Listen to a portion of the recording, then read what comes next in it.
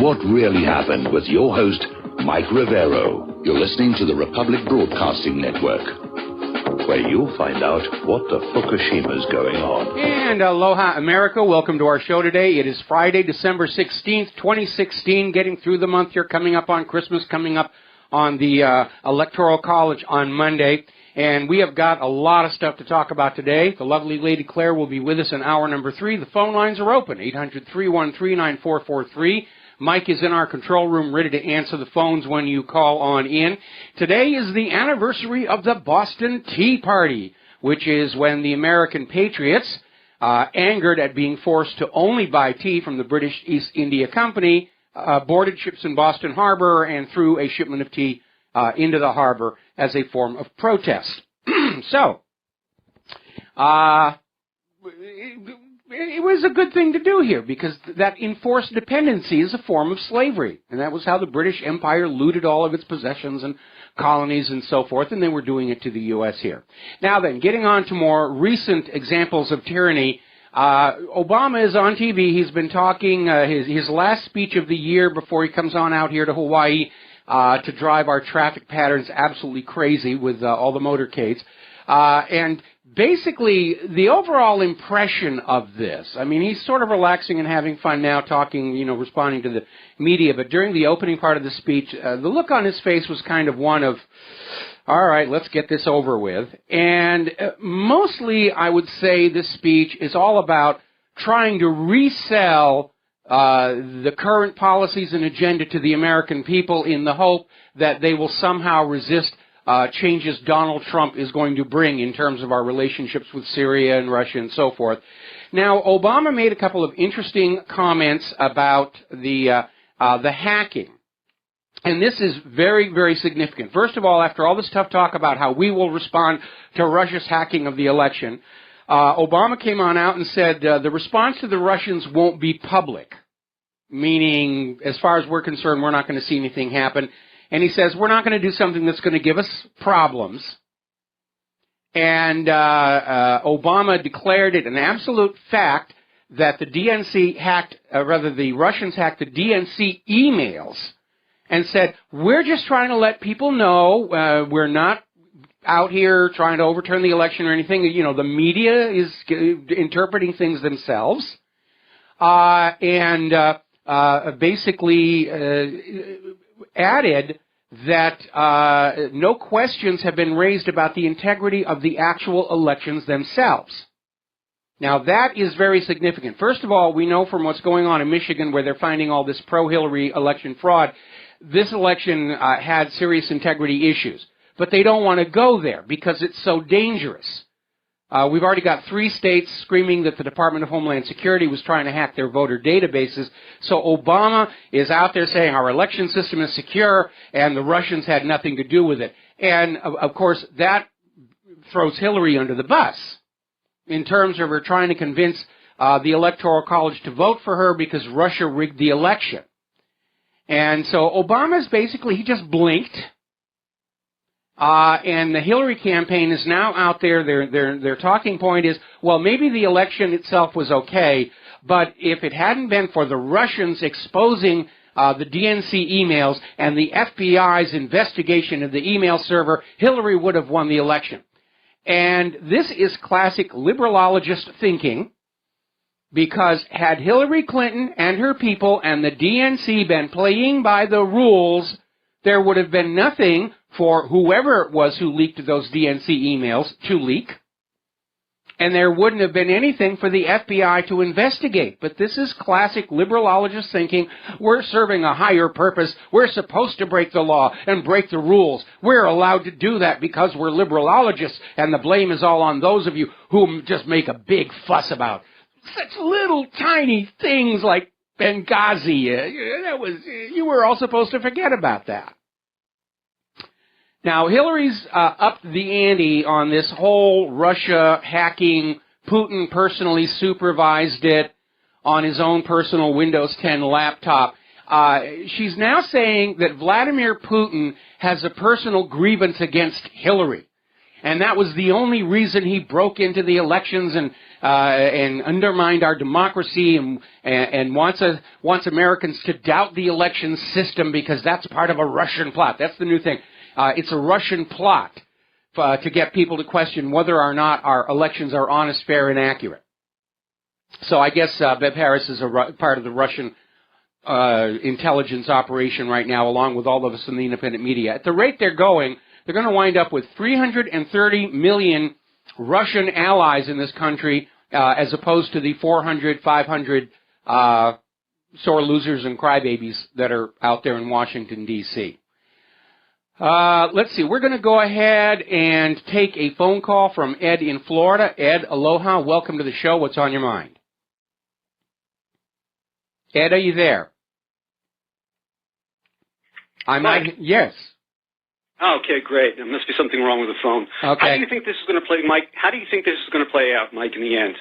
How is which going to play out in the end? I mean, there's so many different things going on. Do you think they'll steal the election from Trump? I don't think they can. I think that has obviously fallen apart. I mean, the GOP leadership is talking to the electors. Associated Press is talking to the electors.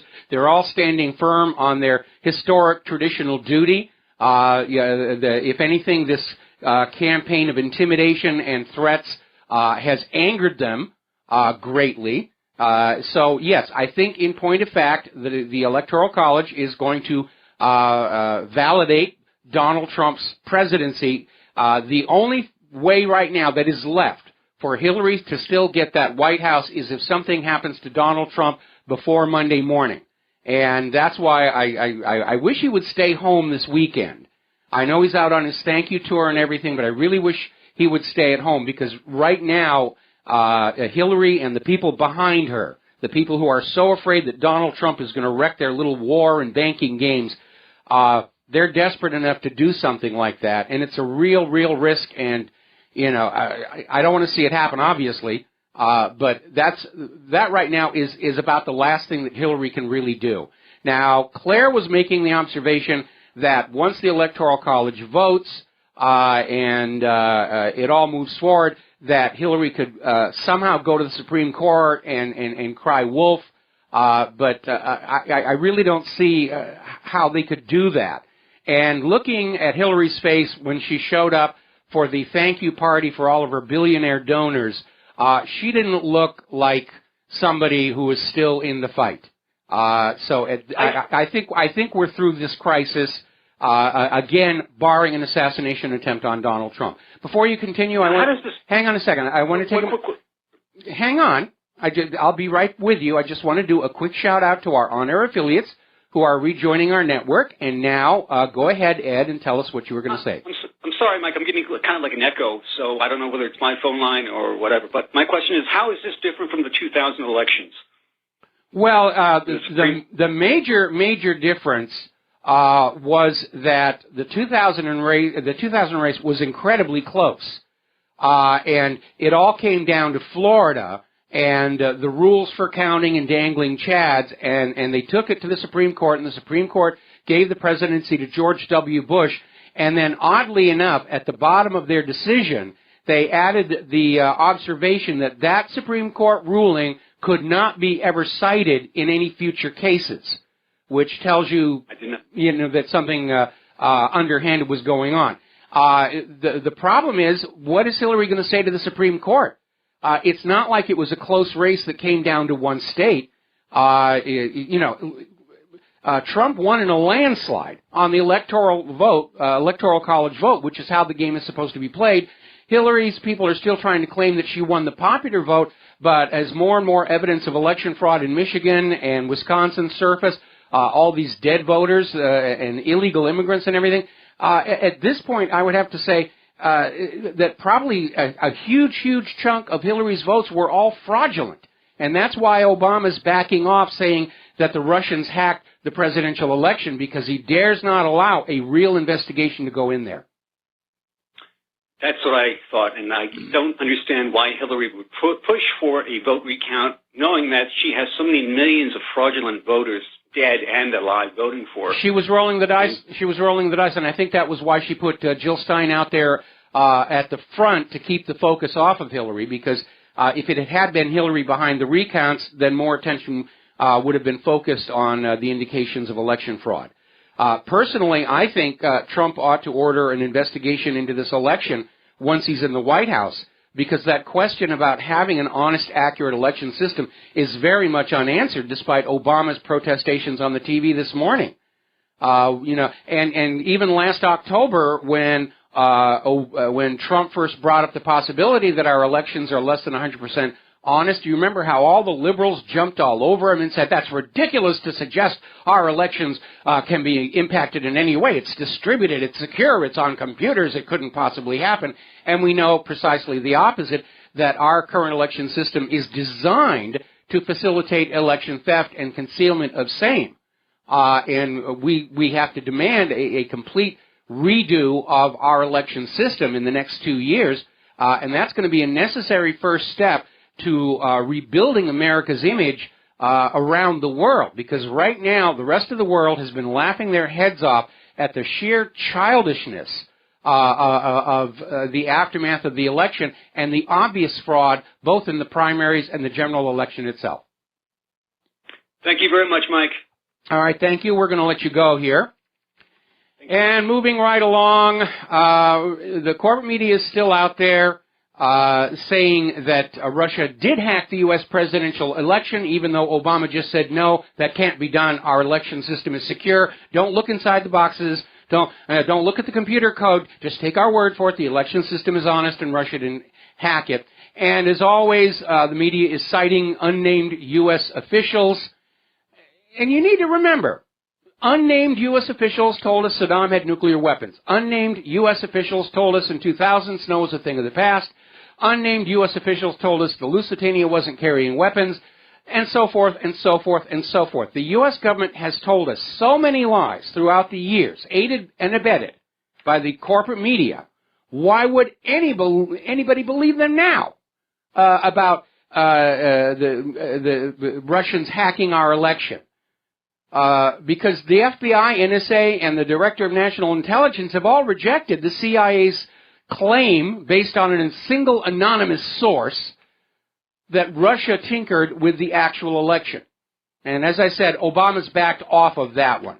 I imagine they're looking at the comments on blogs all over America. They're looking at the Twitter traffic and realizing people just aren't buying the bovine excrement anymore. All righty, so moving right along here, and I'm glad they backed off on the election issue and how the response is going to be private or out of the public eye, because a few years ago, the Obama administration adopted as a policy that a cyber attack would be treated as an outright act of war justifying military response. I didn't think Obama was going to be stupid enough to do that. But he is out there talking about, we've got to have troops on the ground in Syria. The Syria situation is deteriorating. Assad is barbecuing and eating his own people now, and he's not using GMO sauce, so we've got to go in there. And basically trying to ramp up the war and conflict. But like I said, it's not like he's going to order the war himself in his remaining few weeks in office.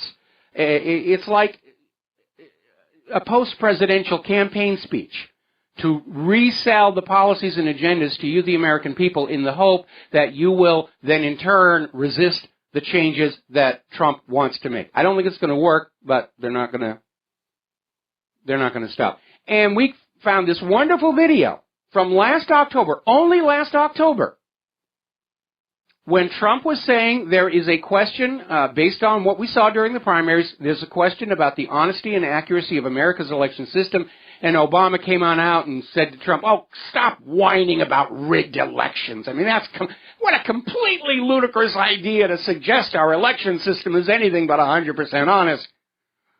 And I imagine that's going to cause a lot of gritting of teeth on Air Force One, along with that video where Obama had his cell phone and was responding to Trump's tweet that Obama was going to go down as the worst president in history, and Obama said, well, at least I'm going to go down in history as a president. Yuck, yuck, yuck, yuck, yuck, yuck, yuck, yuck.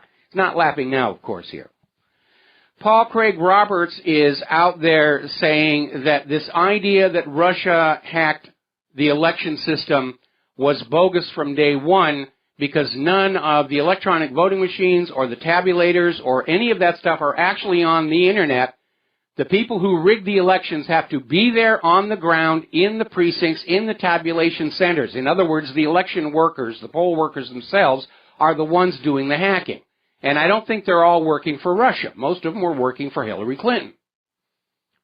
Now, Julian Assange has gone on the offensive. He's going on out there and getting as much attention as he can, saying that no, in point of fact, Russia had nothing to do with the leak of the DNC emails, that it was a leak, not a hack, and it came from an insider, quite possibly Seth Rich, who was murdered at about that same time. The police said, oh, it was a robbery, even though whoever shot him and killed him did not take the wallet or the watch or the cell phone. And we had quite a few people close to the Clinton political machine. I think 5 altogether died under suspicious circumstances during that period. A lot of dead bodies around the Clintons here. Now, FBI Director Comey is reasserting again the Russians did not influence the election. And James Clapper, the Director of National Intelligence, is in agreement. Loretta Lynch is out there saying the Department of Justice has found no evidence of any of this stuff. You're starting to see the government turn against the Hillary machine. They've been scared of her. They've been scared of the narcocracy for 30 years, and all of a sudden, like the rest of us, they're seeing the light breaking through the clouds that we might actually be able to break free of these criminals. You can almost feel the excitement there. All right, we're going to take a phone call real quick before the commercial break. Errol in the Netherlands, aloha, welcome to the show. What's on your mind? Yeah, I'm going to be very quick. I think those whole fake news, what they are trying to pull on us, you know, it's advertising. I will say it's advertising for the independent media. I mean, yeah, after the Washington Post. No, not the independent media. Exactly. So I'm now watching those websites, and I'm like, those websites saying, oh, that is fake news. What was that? Doesn't matter anymore. It doesn't matter. It doesn't matter anymore. I'm watching these news clips, and I think by myself, what have you done to yourself? You have promoted the independent news media. So the independent news media has more power now than they had, than they thought that they could crush. So this is so beautiful to see, Mike. I'm just laughing my beep off. Yeah. Because this is so beautiful to see. Stupidity, maybe, but I think, man, how can you make such things up? And 1 + 1 makes 2. Okay, but when you say first, we're going to do this, we're going to crush them, and then after that, you're going to put some, how do you call it? Visionaries in them, like Snoops or ABC or BBC or MSNBC, to control or to read the fake news. And I see the list, I think by myself, what did you do to yourself? You know? Well, it's perfect. It's perfect. The corporate media, going back decades, was co-opted by the government and corporations to become a propaganda ministry, and they were very well paid to do that. And so that's what they've been doing, and now everybody knows that's exactly what they are, and they're having a knee-jerk panic response to it, and things could get very ugly between the corporate media and the independent media, but in the end, just as it was in Gutenberg's time, you cannot stop the march of progress. All right, we got to take a break for commercials. Thank you for the phone call, Errol, and we'll be right back. And aloha, America. Welcome back to the show here, and I think one of the reasons that this whole Russia hacking thing failed to gain any traction was the utter hypocrisy behind it all. First of all, the United States has been interfering in other countries' elections, either rigging their elections or simply murdering the people they didn't want to run for office for decades. And here you have the United States in high dudgeon, how dare the Russians hack the DNC emails or whatever. Remember when the U.S. and Israel unleashed Stuxnet on the Iranians, and then it broke into the wild, and in addition to wrecking the Iranians' power station infrastructure, it went out and it destroyed a lot of other industrial facilities using those same Siemens controllers, possibly even the Fukushima power plant itself, because their emergency systems, which use those same Siemens controllers, failed to operate correctly in the aftermath of the quake and tsunami. And it was known Stuxnet was in computers around Fukushima at the time. And of course, the U.S. government, in complete violation of the Fourth Amendment, has been hacking into all the computers of the American people, plus computers belonging to people all around the world. And it's not about crime, it's not about terror, it's about stealing business secrets. It's about finding blackmail information. And so it is utter hypocrisy for Obama to get up there and say, how dare the Russians break into the DNC emails, especially because there's no evidence Russia did it, and the people who are in a position to know are saying, no, it was a leak by an insider. Now, interestingly enough, ever since Trump won the election, they've been polling the public's view of Russia itself, trying to see if all this anti-Russia propaganda is taking hold, and it isn't. Trump voters are showing an increasingly favorable view of Russia. So this attempt to get a new world war going, a new Cold War or hot war, is in serious, serious trouble. Now, Tucker Carlson had a California Democrat, Eric Stawell, on the show. And Stawell is out there pushing the party line about, Russia hacked the elections. We've got 17 intelligence agencies that are all in absolute agreement that Russia did this. And Tucker Carlson put him on the spot and said, which 17 agencies? And Tucker Carlson said he hadn't seen any official statements from any intelligence agencies. And by the way, the heads of most of those agencies that were claimed to be on the list of 17 have said, we never said any such thing. You're just making it up. And then Eric backtracks, tries to get away from the fact that he can't actually name an intelligence agency outside the CIA that's pushing this hacker narrative. And he backtracks and he says the issue is that Russia had a preferred candidate in the U.S. election. Well, I mean, come on, think about it. Every head of every nation on earth is looking at the elections in other nations and deciding which candidate would be better for their own nation's good. That's part of the job.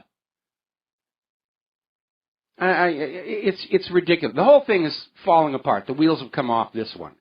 Now, again on Tucker Carlson's show, Newsweek senior writer Kurt Eichenwald went on screaming about how Donald Trump was in a mental hospital in 1990. And, of course, Carlson said, is there any documentation to back that up? And Eichenwald said, well, I have it on good authority. I was told this. He was at a mental hospital in 1990. Remember that Politico writer came on out trying to claim that Trump was having sex with his daughter Ivanka? I mean, they're just out there screaming anything they think might have the slimmest possible chance of convincing the GOP electors to defect, and it's not going to happen. It is not going to happen at all. Now, Tommy Lahren has a video. We posted it to WhatReallyHappened.com. She goes on a rant about the Democrats' blame game, and it is worth watching because she just absolutely nails it. Russia didn't make Hillary set up that private server. Russia didn't make the DNC rig the primaries for Bernie Sanders. Hillary and the DNC made those choices themselves. And blaming the messenger doesn't change that reality. We've got to take a break for commercials. Got some phone calls to play when we come back. Aloha, America. Welcome back to the show. And I'm looking at all this Russia bashing that's going on in the corporate media. And do you remember, I mentioned it before, but I'm going to mention it again. Back in 2012, Mitt Romney tried to play that Russia card about the threat Russia posed, and Obama and all the liberals were saying, oh, come on, I mean, the Cold War's been over for 20 years. Russia's not a threat. And it's because of things like that that governments in other countries have come to the conclusion, and some have actually stated this out loud. It is impossible to tell what's really going on inside the U.S. from anything the American politicians or the American corporate media say, because it's just constantly changing back and forth to whatever they think is going to work in the moment. All right, we're going to take some phone calls. John in Barbados, aloha. Welcome to the show. What's on your mind? Yeah, I'm afraid I have to disagree with you again. Oh, about what? Well, the mainstream media, I think what's happening is, just like sharks, they can smell blood in the water and are gathering slowly to go after these neocons and the Clintons in particular. So it's looking like the whole system is collapsing around. And well, it may be less than sharks in the water than the corporate media realizing an opportunity to salvage their reputation with the American people. And I don't have a problem with that as a motive. If they're all of a sudden going to realize that they're going to have to start being more honest about what's going on, that's sort of been the whole purpose of the independent media, to get the corporate media to go back to doing the job they're supposed to do, watchdog on government abuse, and hey, good for you. Go do it. If the corporate media is going to do their job properly, then I'm going to quit doing all this and be Claire's roadie for the rest of my life. As I was saying a couple of weeks ago, I believe that this DNC nonsense was all leaked. Yes. I was watching RT, and Ray McGovern, who's been a very good friend of this British ambassador for years, they were in a park somewhere expecting to have a party. And according to Mr. Govern, the ambassador quietly slipped away and slipped his FBI minders. Yes. He said, he disappeared over the hill and never appeared at the party. He obviously, like McGovern said, he obviously had something more important to do. And we now find that the ambassador is also a great friend of WikiLeaks and Julian Assange. Yes. And the thing is... Craig Murray. Murray, yes. And the thing is, as far as WikiLeaks goes, they've got a 100% record of accuracy. Now, whether that's a plus or a burden on them, I don't know. But the latest Hannity interview with Assange showed him to be an equal opportunities, if you like, destroyer of politicians. It doesn't matter which side you're on. Well, that's always been my policy, for the 22 years that I've been doing this. I go after, I go after the politicians who are behaving badly, whether they're in this country or other countries, and that's the way to be. If you're being an objective reporter about what's going on, you report on wrongdoing regardless of who's doing it. And as far as these latest statements from various people, Obama and John Kerry, if I was awarding prizes from 1 to 10, I would give Obama 6 Pinocchios and John Kerry 9. Mm-hmm. So, I mean, they're obviously lying through their teeth. Of course they are. Of course they are. We know that they're lying through their teeth because their mouth is moving and words are coming out. And they're just disgracing America. I mean, yes. The notable on that RT was, the 3 guests were quite critical. But, I mean, the guy was laughing. He's just laughing at America. And that's how people are in Europe now. They're laughing at America. And you wouldn't believe how they treat Americans now. They think they're all stupid. Well, sometimes Americans bring that on themselves. I remember when I was working in Germany back in the 1980s, and, I had made the effort to learn enough German to where it was obvious I cared about it, and we got along famously. But I remember one time we were out at Erin Kimsey, and there was a travel group from Texas who frankly did not put on a display that I thought was conducive to warm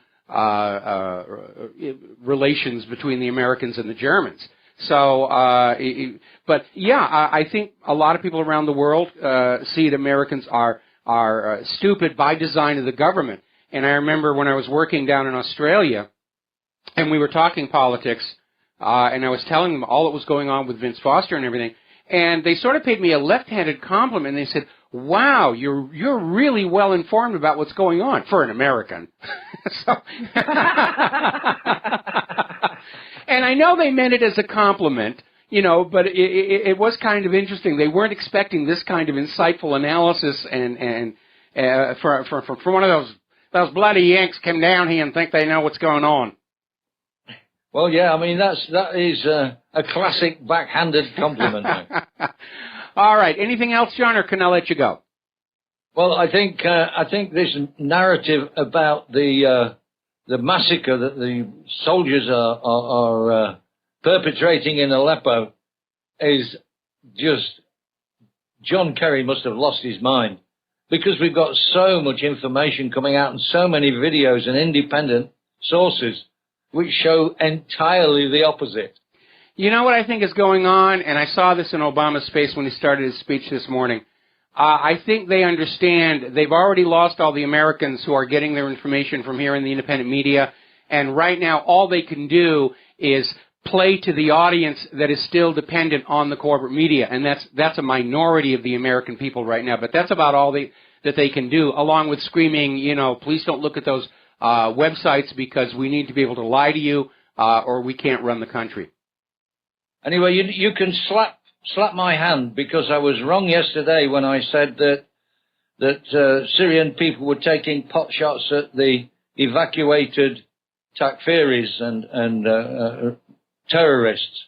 In actual fact, according to what I'm learning now, is it was other terrorists that were actually taking pot shots. So taking pot shots was accurate, but I just got the wrong source. Well, you know, it's easy to, and you consider your hand slapped. It's easy to make a mistake because everybody's telling a different story. I mean, what we're getting from Syria and Russia is the people of Aleppo are just happy as all get out. It looks like that's over, although apparently the U.S.-backed rebels that are still holed up in a couple of isolated spots are firing at the civilian evacuation convoys. Here in the U.S., of course, they're saying, well, we actually know it's pro-government Assad forces because Assad is going to kill everybody in Aleppo, so they can't tell the world what he's been doing. And the lies just get more grandiose until, you know, they've jumped the shark is basically what they've done on this thing. And people around the world and in the United States have that irresistible gravity attraction between the palm of their hand and their forehead, and they're going, bang, come on already. Okay, Michael, thanks for having me on again. All right, thank you, and we're going to switch over to Francis in North Carolina. Aloha, Francis. Welcome to the show. What's on your mind? Hello, aloha, Michael. Aloha, aloha, nui nui. Melikalikimaka. Okay, back at you both. Okay. You know what that last one is, right? What? The last one. Melikalikimaka is Hawaiian for Merry Christmas. Oh, okay. Now that it's politically correct to say Merry Christmas again, yes. There you go. Anyway, this is going to seem rather simplistic in train of thought, so you have to bear with me for a moment. Okay. But in all this thing about who rigged this and who rigged that and so forth, since the election has occurred or not occurred or whatever the case might be, depending on who you get from where, ad nauseum, what I find ironic and almost hypocritical, let alone some other choice words I could use, but won't, if the everyday person does not acknowledge the aspect that your everyday election is rigged from the get-go here in the U.S., then what would possibly make them believe that someplace like Russia would go and rig the election itself? I'm trying to wrap my head around with duct tape, trying to figure out, okay, if you don't believe that but no, you're not supposed to try and figure this out. You're just supposed to hear what Obama and the corporate media say and just believe. Don't think. Don't analyze. Don't try and figure it out. You must be an arm of Russian intelligence if you're actually thinking about what they're saying. And I'm not that kind of a woman. So. No, well, okay. I got to make up a coffee cup, official arm of Russian intelligence. Oh, wait a minute. How many arms are you going to put on the mug? Just one. It's going to be kind of wimpy and flaccid, but, I'll use my own arm as a model. Never mind. Okay. Never mind. Anyway, y'all have a great weekend. All right, thanks an awful lot. We're going to let you go here, and we're going to get back to some news here. Representative King is out there ever since the CIA refused a request to show proof of Russian hacking to the Permanent Select Committee on Intelligence, is out there basically saying, as far as they can tell, their only possible conclusion is the CIA is running a disinformation campaign against Donald Trump. Yeah, I think so. Now, there's an interesting article over in Washington's blog, Should We Blindly Trust the CIA on its claims about the Democratic emails? And I read that headline, and my first response is this a trick question? And then the article goes on in to remind everybody about the long history of the CIA, that it is constantly lying, that it is constantly playing dirty tricks, it's killing people, it's overthrowing governments, it's engaging in torture. And they go back about all the leading officials in our government who throughout history have been cautioning we should not allow an intelligence agency to have this much power and autonomy. And in his memoir, President at the Creation, Harry Truman's Secretary of State, Dean Acheson, said, I had the gravest forebodings. And Acheson warned Truman that as set up, neither the President, the National Security Council, or anyone else was in a position to know what the CIA was doing or to control it. And, of course, we all remember that Bay of Pigs fiasco where the CIA lied to Kennedy, tried to box him into supporting this invasion of Cuba. It went horribly wrong. Following that, of course, John F. Kennedy expressed his desire to splinter the CIA into 1,000 pieces and scatter it to the winds. And he, in fact, issued an executive order that transferred authority for covert operations from the CIA back to the military, but it was never carried out because John F. Kennedy was assassinated in Dallas, Texas. And Alan Dulles, the head of the CIA that Kennedy had fired for the Bay of Pigs, somehow managed to be on that Warren Commission covering up the assassination. See how it all works here. Now, NSA whistleblower Bill Binney, who's been out there for quite a long time, is saying basically one of the agendas behind all of this, Russia is hacking us, Russia's a threat, is the defense contractors are trying to bring back the Cold War because it's a sweet deal. They get to plunder and loot the American taxpayer to build all this kind of stuff, and it doesn't really have to work because there's never actually going to be a hot war. It's just the U.S. military-industrial complex builds these very expensive scarecrows, and then Russia builds more impressive scarecrows, and then we come back and build an even bigger and scarier scarecrow, and the people are made to pay for it all. And they're trying to get back to that. When the Soviet Union fell, the American people started talking about, we need a peace dividend. We have been stripped bare funding all this military stuff. Our big enemy that we were all told justified all this is now gone. Can we spend more of the American taxpayers' money on the American people? And, of course, the response was, oh, no, we can't do that. We have to give money to Israel, and we have to have a war on terror and a war on poverty, and we've got to fight human-caused global warming. No. It would be a sin for us to let the taxpayers have their own tax money back. We know where it's best to be spent. So, anyway. Now, we are still getting reports of the electors being harassed and threatened, that bad things will happen to them. If they vote for Donald Trump, Hillary's people will shoot a kitten or something like that, I'm not sure. And it has been a massive campaign, something like, some of these electors are getting $50,000 emails. I'll bet you most of them are being generated by software, not by real people. And this one elector, Sharon Geis, is saying her solution for that is mass delete. And what a shame that mass delete doesn't actually work on all these thugs who are threatening, all these brown shirts who are out there playing these Hitler-esque games to try and gain power. Up in Alaska, just to show you how ridiculous this is getting, a Hillary Clinton supporter has sued Alaska's 3 electoral college voters on the grounds that their vote violates her Fifth Amendment right of equal protection and denies her the principle of one person, one vote. No, she's one person. She got one vote. And not too surprisingly, the state of Alaska is asking the courts to throw this out in a fit of laughter. Now, as I mentioned before, Associated Press has interviewed over 330 electors, and they say they are not voting for Hillary Clinton. And they're also saying the same thing. We're getting stacks of letters from idiots who are out there saying, vote for Hillary, or I will make rude noises in your direction here. And again, what is the portrait of a faithless elector? We have this Christopher Suprin down in Texas, and the media made him a star. He wrote an op-ed in the New York Times, I'm a Trump elector, but I can't bring myself to vote for him. And it turns out this guy is a crook and a loser. Married 3 kids, had a membership at Ashley Madison before they realized it was all a hoax and people weren't really getting affairs through that.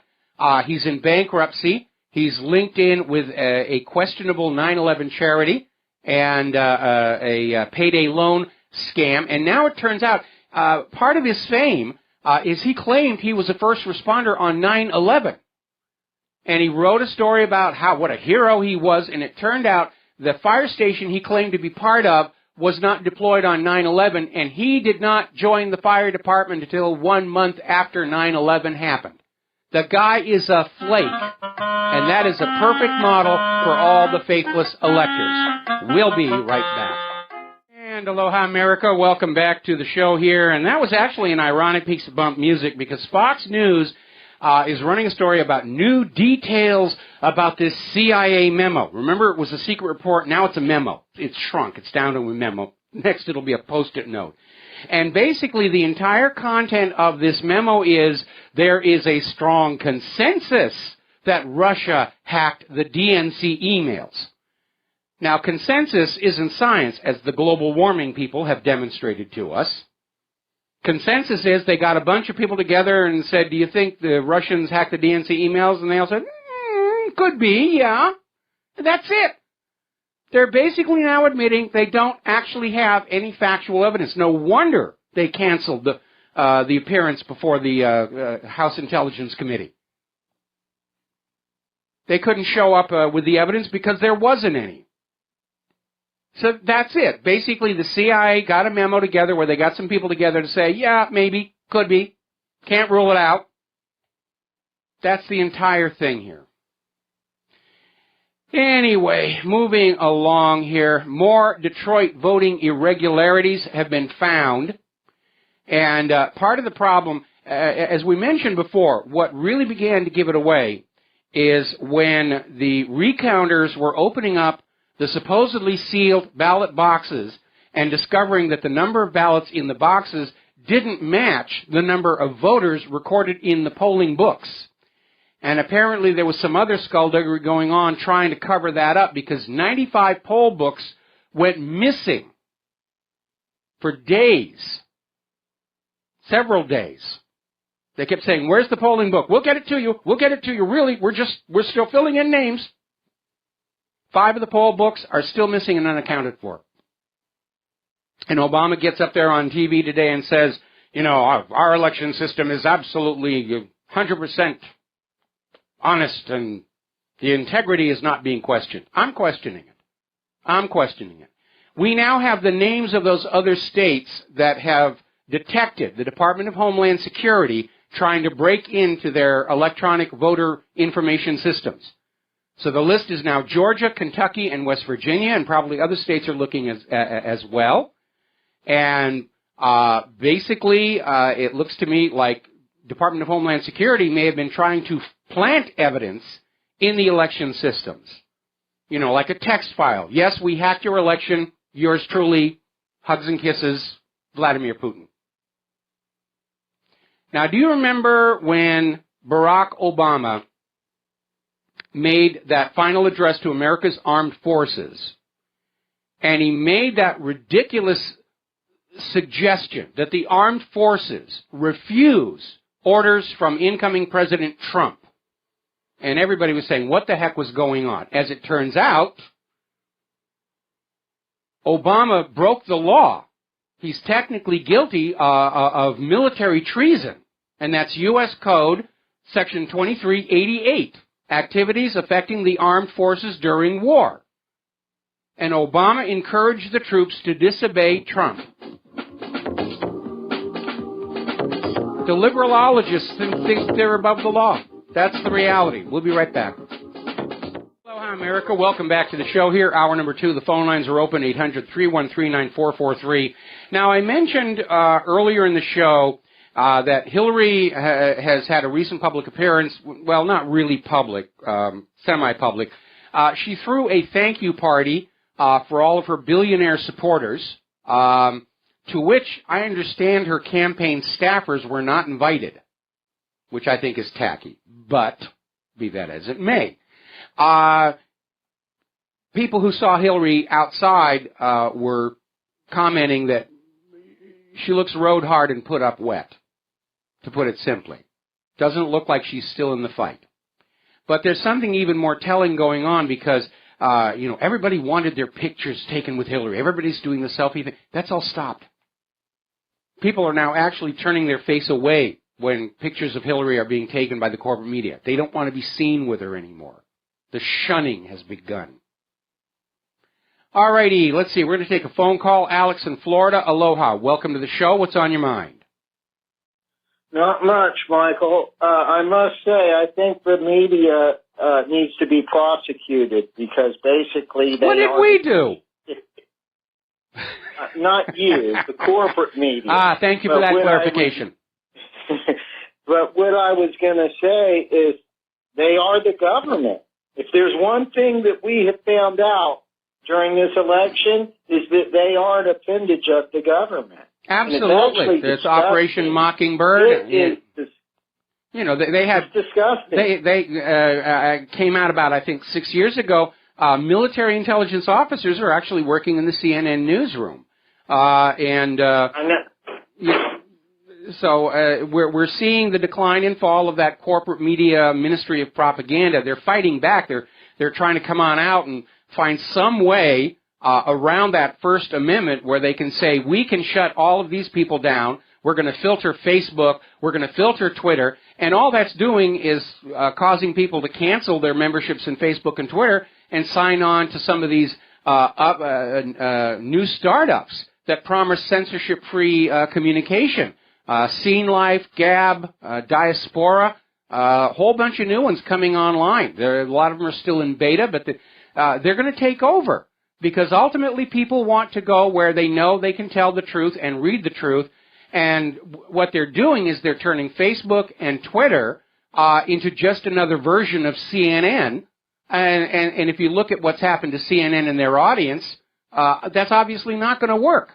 People aren't going to go back to reading filtered, controlled news just because it's on Facebook when they've already abandoned it over on CNN. That's right. They have too much dirt over decades to ever trust them again.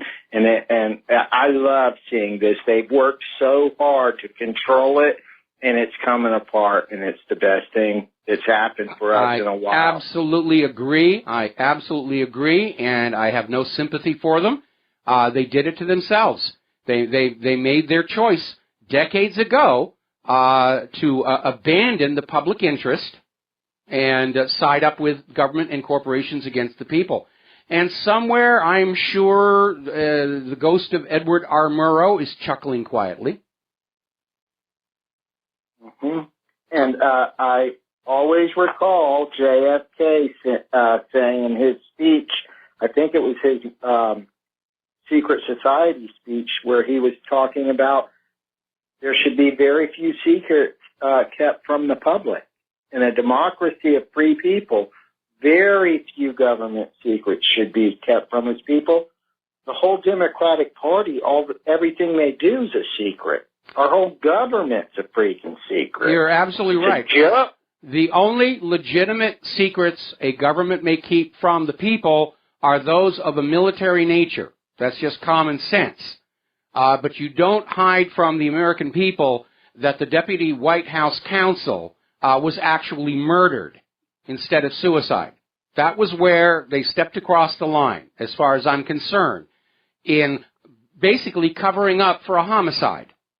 And that's not what we were told the FBI is supposed to be doing. Yeah, I love seeing them crash right now. I think the Democratic Party's done. I can't wait for the ceremony where we can cry over their ashes, and I want the press to be right there with them because they suck. Well, I don't plan on crying over the ashes. I had something else in mind, but I can't say it on the air, or the FCC will take away the licenses of our affiliates. But, you know, along with that might also be the GOP, because it's not like they're coming out of 2016 untarnished because of the way they fought tooth and nail against Donald Trump and the will of the people, to the point of even trying to force Ted Cruz on us, who isn't even eligible to be the President of the United States of America. And I think I would be very happy if both of these two party machines collapsed and made room for new parties. Because when this country was started, it wasn't a two-party system. Anybody could form a party. They were all on an equal footing, and that was to basically allow our society to evolve politically as well. This two-party system that was entrenched is a cost-saving mechanism for the corporations, because in the old days, the rich would have to give donations to 5, 6, 7, 8, 9, 10 candidates. And today, they only have to do 2 to bypass the will of the voter. And so that's the reason for the two-party system. But I think a two-party system has become just as corrupt as the one-party system in the old Soviet Union. And I'd like to see the Democratic Party Central Committee and all of those people collapse, and I'd like to see the same thing with the GOP. You got that right. And actually, Trump, I don't really think Trump is an insider. I think he is an outsider. Let's hope that he is. Mm-hmm. And maybe he could help us start the new party with people like you and your listeners. We have a movement, and we need to hold them hold their feet to the fire, and let's get what we deserve. I've already got the perfect name. I was talking about when I was running my own campaign for the 2016 election under the slogan, "He could hardly do any worse." I even had my own party set up. We called it the Wild Party. Yeah, that sounds great. Sounds great. Yes. And it's not the Wild West. Well, right? It is. Now, getting on back to Trump here, now, a lot of people are trying to say, oh, he's an insider, he knows these people, he knows that. Well, anybody with that kind of money is going to be in the same social circles with a lot of these people. That doesn't make him an insider. An insider is somebody who has grown up in that drug-corrupted, CIA-linked, that inner circle. And that is most assuredly not Donald Trump. Anyway, Alex, going to let you go. Thank you very much for the phone call here. Bye. We're going to do a quick shout-out to our on-air affiliates who are just now rejoining our network. And George Soros is at it again. Do you remember when I was back there saying after Trump won the election that we, the American people, are going to have to stand shoulder to shoulder with President-elect Trump? Our job is not over with Trump's inauguration. It's just getting started, because he's facing a hostile corporate media and an obstructionist Congress. He's up against a government full of people who don't want anything to change because they love the system the way it is. It's making them rich and you poor, and they think that's the way the gods intended it to be.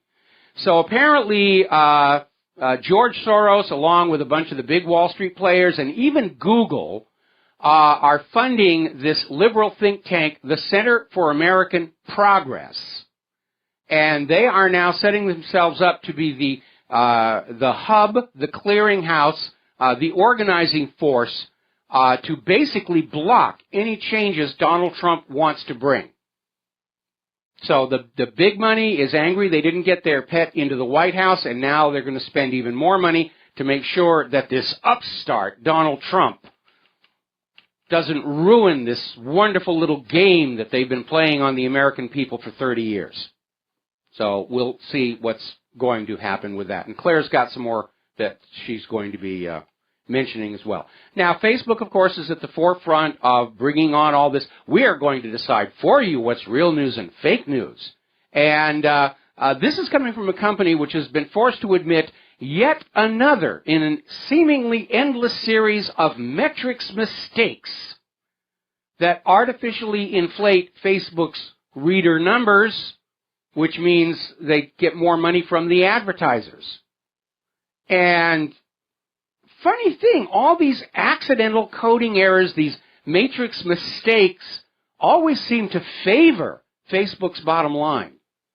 You would think if they were real mistakes, they would fall 50-50 on both sides of the line, some making money, some losing money. But amazing streak of luck for Facebook that all these mistakes always seem to improve Facebook's profitability. It's like back during the primaries, where Hillary's people kept winning the coin tosses time after time after time again, and not letting anybody get too close a look at those coins here. Paul Joseph Watson is out there reminding everybody that one of Facebook's fact checkers is the Washington Post, who only a short while ago had to admit they were putting out a fake news about the independent media being connected to Russian intelligence.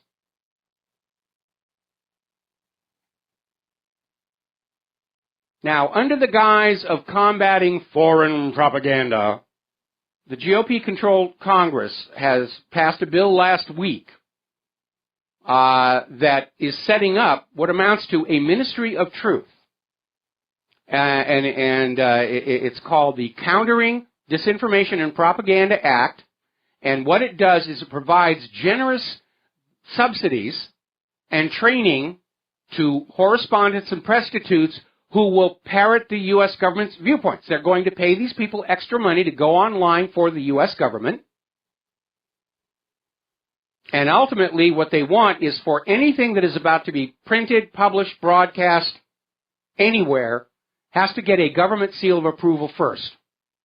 Now, this is never going to stand a test before the United States Supreme Court, because it absolutely signals the end of the First Amendment right to freedom of speech. And right now, we're seeing the U.S. government act as desperately and panic-stricken as the Soviet Union was, as more and more people got onto that samizdat system of fax machines. And they couldn't figure out a way to shut that down. Now, you remember a few days ago, it was all over the corporate media about how this Santa Claus at the mall went to the hospital because the last wish of this 5-year-old boy was to see Santa, and Santa held him and said, when you get to the gates of heaven, tell him you're my number one elf, and they'll be sure and let you in. It was a heart-wrenching story, turned out to be unverifiable, to put it gently. And apparently this Santa in Knoxville, Tennessee, Eric Schmidt Matson, this is his business. He's Santa every year, and he makes a good living at it. And he just managed to get himself a huge amount of free publicity out of this story. And the corporate media ran the story without checking it one tiny bit. And to show you just how petty and mean and vindictive the corporate media can be, Vanity Fair sent one of their reporters over to review a Trump-owned restaurant in Manhattan. And the resulting article had the banner headline, Trump Grill could be the worst restaurant in America.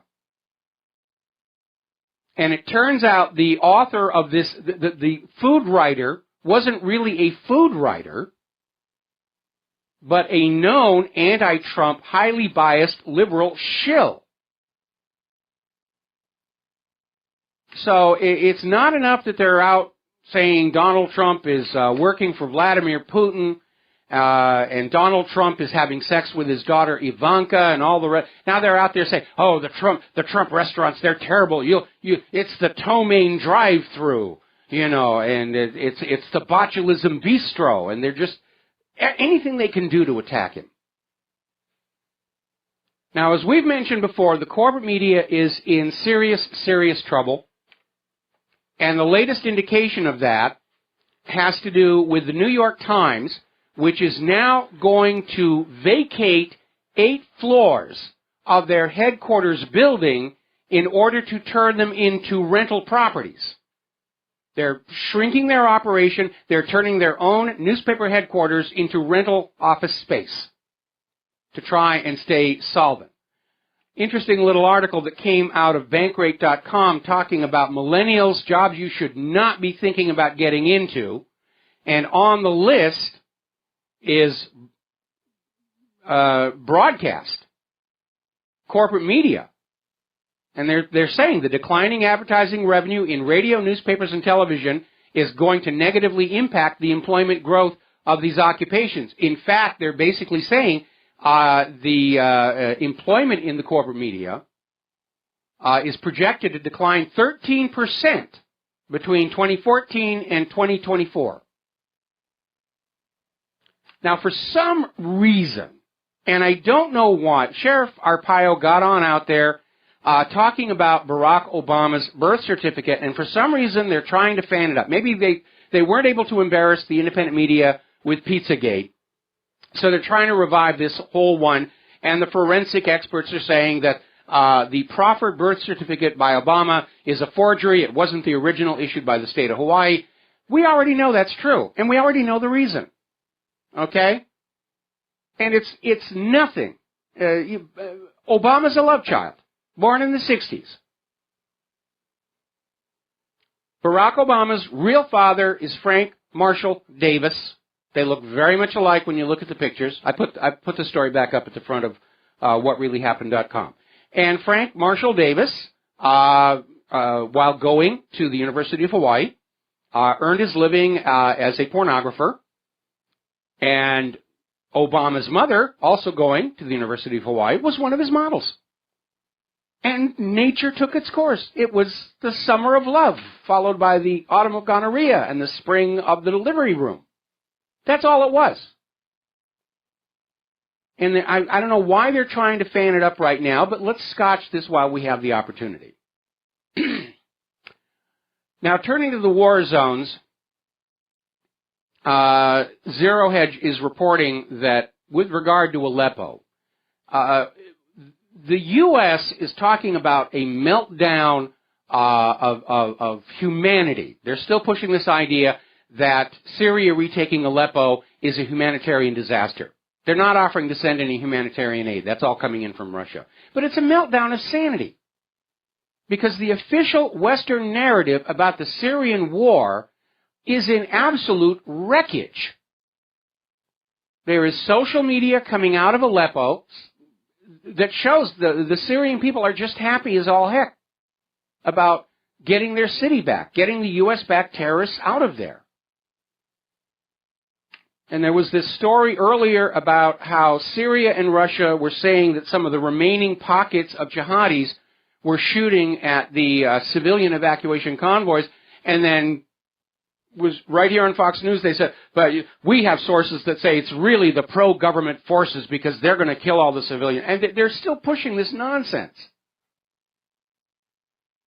Now, Russia's UN envoy, Churkin, is castigating the U.S. envoy, Samantha Power, for just going on and on and on about how Russia and Syria and Iran are guilty of conquest and carnage in Aleppo because, gosh darn it, that's our job and they should stay out of our business. Russia's ambassador to Great Britain organized a meeting of members of the parliament saying, okay, how would you deal with the terrorists in Syria? They didn't have an answer because they're not really thinking about that. The terrorists are a cover for a war of aggression. And it's almost like the attitude coming out of all these people is, we are good, and Russia is bad. And that's all you need to know. Don't you think about anything too carefully. You're of no use to us if you think and analyze and doubt. And if you're of no use to us, ooh, boy, are you in trouble. And let's see. We already talked about that part of it. We're coming up on a commercial break. When we come on back, more about the war zones and all that stuff that's going on. We'll be right back. And aloha, America. Welcome back to the show here. So we're still talking about Syria, and we're getting a lot of argument back and forth. Has Aleppo been totally liberated? No, it isn't. Who's shooting at the civilians? It's the U.S.-backed terrorists. No, it's the Syrian government. I think it was Senator Hiram Johnson once said, truth is the first casualty of war, and it certainly is the case here right now. But I think at this point in time, it's a safe assumption that anything the U.S. government says or the corporate media says or that anybody says in support of what the corporate media and the government says is probably garbage and ought to be just discarded from that point. Now, as you know, ISIS has launched an attempt to retake Palmyra. They're running into trouble because a lot of the forces that were at Aleppo are now up there. And apparently ISIS was attempting to take over the Tias air base. They have been thwarted in that one. And the U.S. still is not giving up. And certainly Obama's comments about, we may be forced to have U.S. forces on the ground in Syria should tell that. And I want to hammer home a point that people need to remember, okay?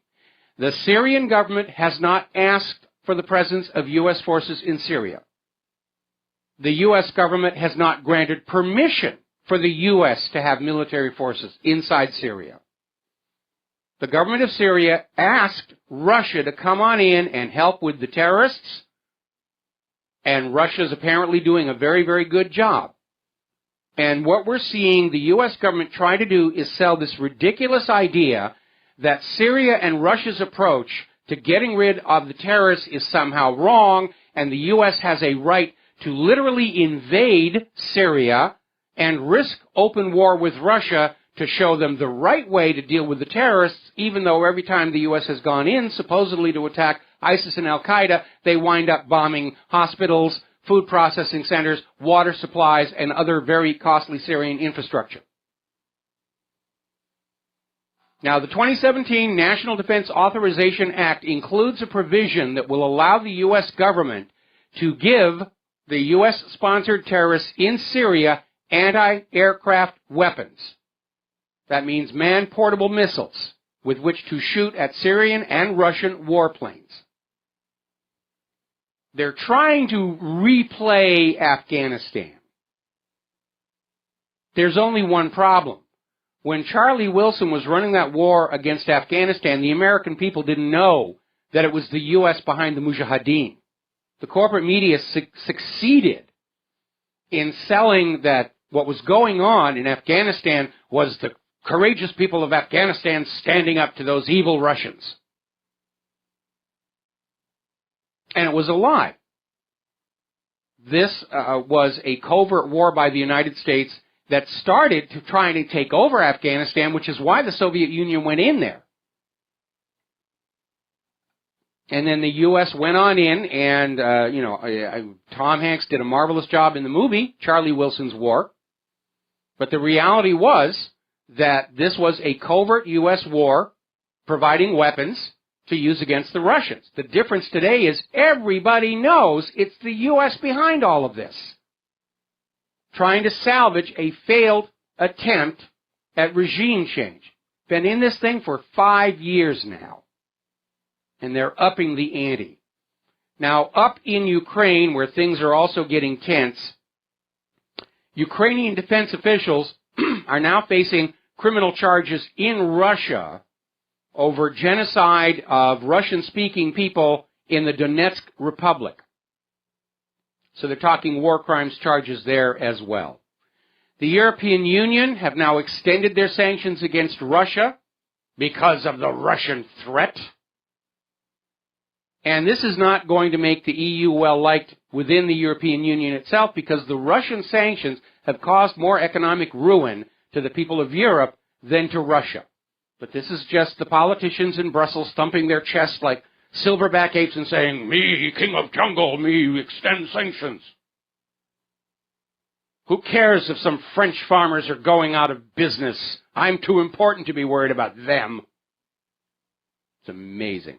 Russia has expressed concern that the U.S. is extending their sanctions against Iran, saying it appears to be an attempt to destroy the P5+1 deal. And they're absolutely right. We'll be right back after these words. Hello, hi, America. Welcome back to the show. The Washington Post is now claiming that FBI Director James Comey and Director of National Intelligence James Clapper are now agreeing with the CIA's assessment that Russia intervened in the 2016 election. Now, we don't know that Clapper and Comey actually said this, given the recent history of the Washington Post. We don't know what arms are being twisted. But come on, folks. If Putin could interfere in U.S. elections, we wouldn't have had 8 years of Obama. It's time to get real here. So we're talking about how the U.S. is once again extending Iran sanctions, and Russia is expressing concern that this threatens the P5+1 deal. That's the whole point. Now, following the P5+1 deal, Iran has complied with all of its requirements. The U.S. has not. The U.S. propaganda has been, well, yes, Iran is doing everything they said they would do, but they didn't do it fast enough, and they're still defiant to U.S. authority over their country, or some such nonsense as that. And they want the P5+1 deal to collapse because that will open the door to an eventual war inside Iran, which is what they're still out there. U.S. Navy, apparently not happy with the current military appropriations, is now saying they want to grow the Navy's fleet to a total of 355 ships. And they're talking about destroyers and attack subs. And frankly, I think before you start building some new ships, you ought to figure out why your current fleet of ships are such junk coming out of the shipyards. Like the Gerald R. Ford aircraft carrier, which they're now admitting is too whiz-bang to ever really be combat effective. The Freedom-class littoral combat ships, chronic corrosion issues. The Independence-class littoral combat ships, drivetrain problems. The Zumwalt stealth destroyer, drivetrain problems. If you go to a store and you buy money, you spend money to buy something, and you get it home and it falls apart and it's junk, do you go back to that store again? No, you don't.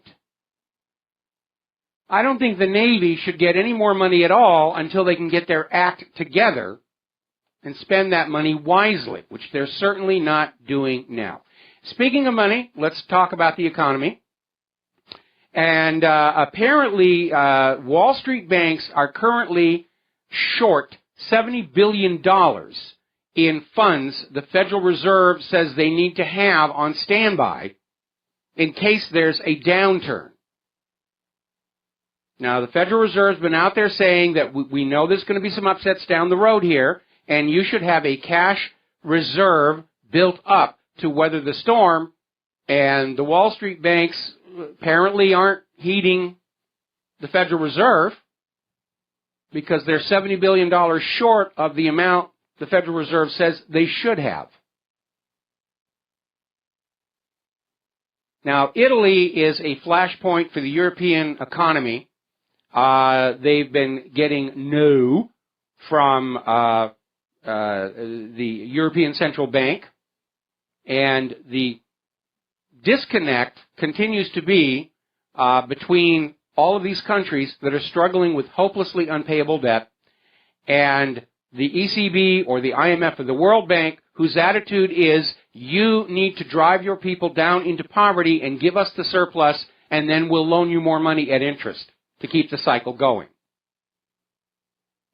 Now, the government in Rome is deciding that they need to inject 15 billion euros into the Italian banks to save them following the failure of Renzi's attempt to change the Constitution in order to make it easier to take more money away from the Italian taxpayers.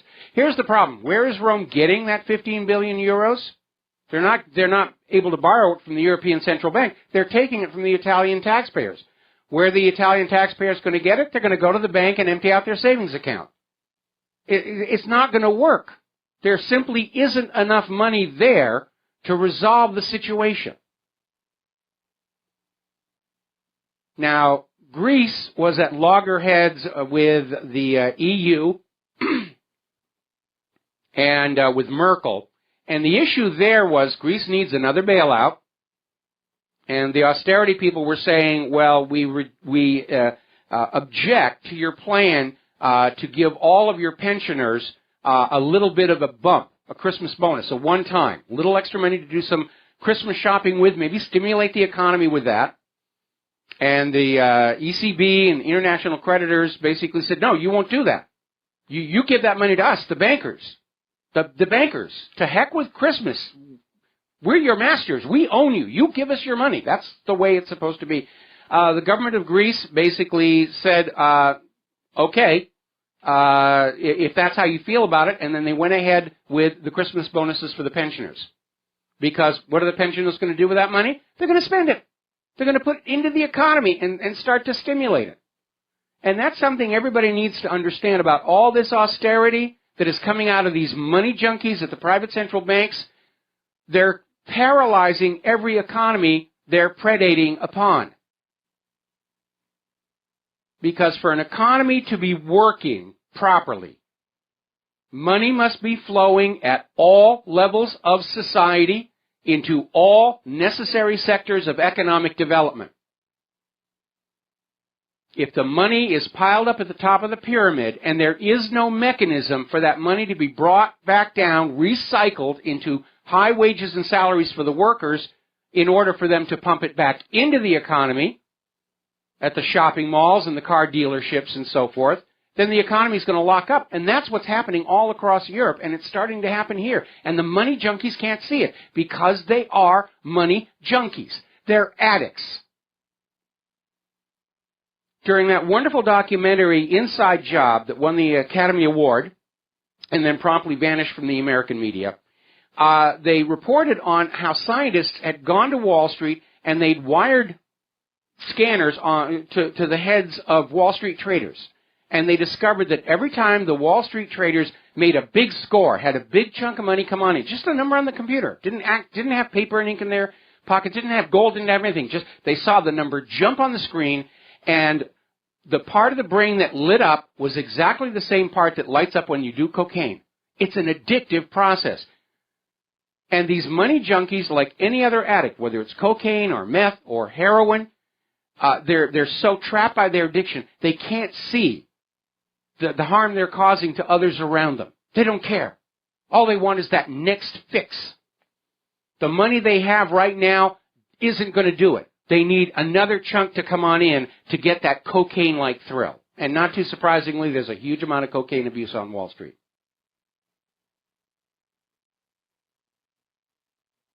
Now, I get a lot of emails when I talk about the bankers and the money junkies saying, oh, you just hate rich people. No, I don't hate rich people. I'd like to be rich myself. It's the way they do it. You look at people like Steve Jobs, or James Cameron, or George Lucas, or J.J. Abrams.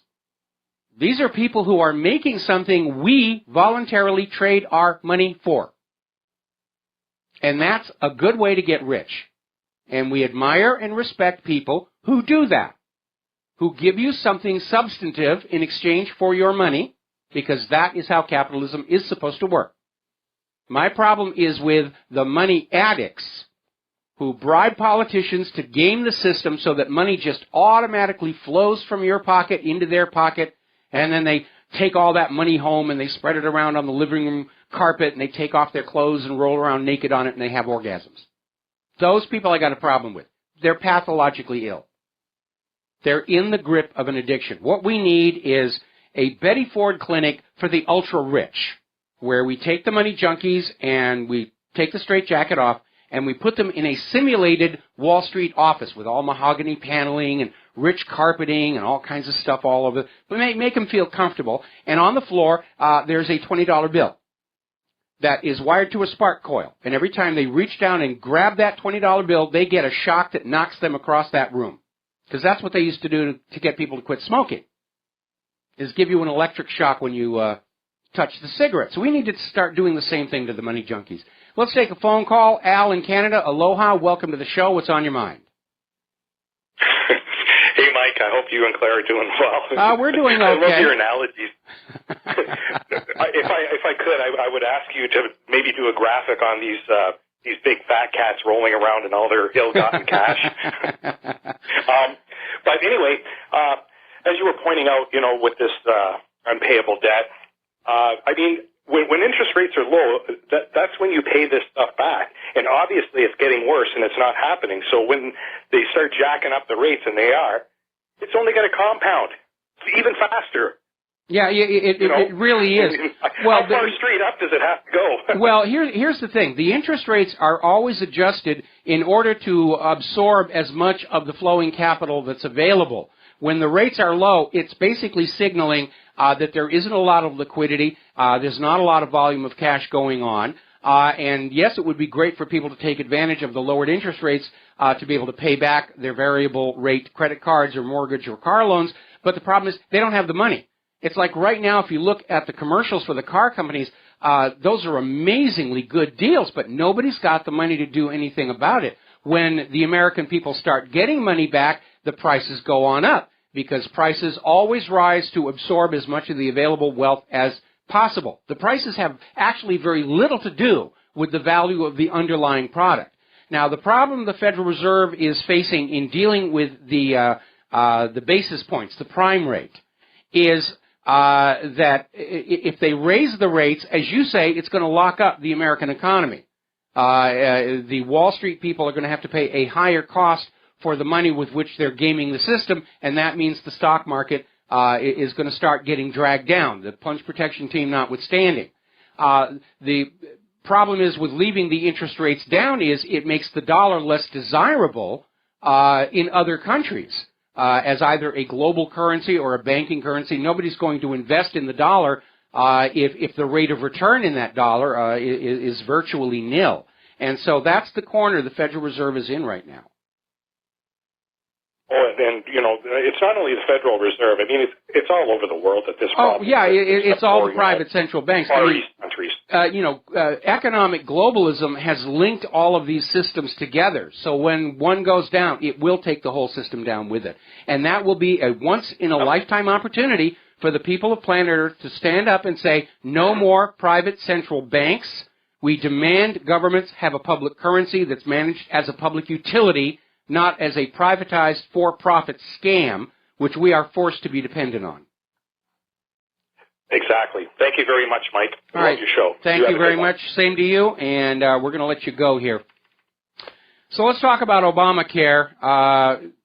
People who are on those Obamacare-compliant policies are going to be getting sticker shock if they've not already received it.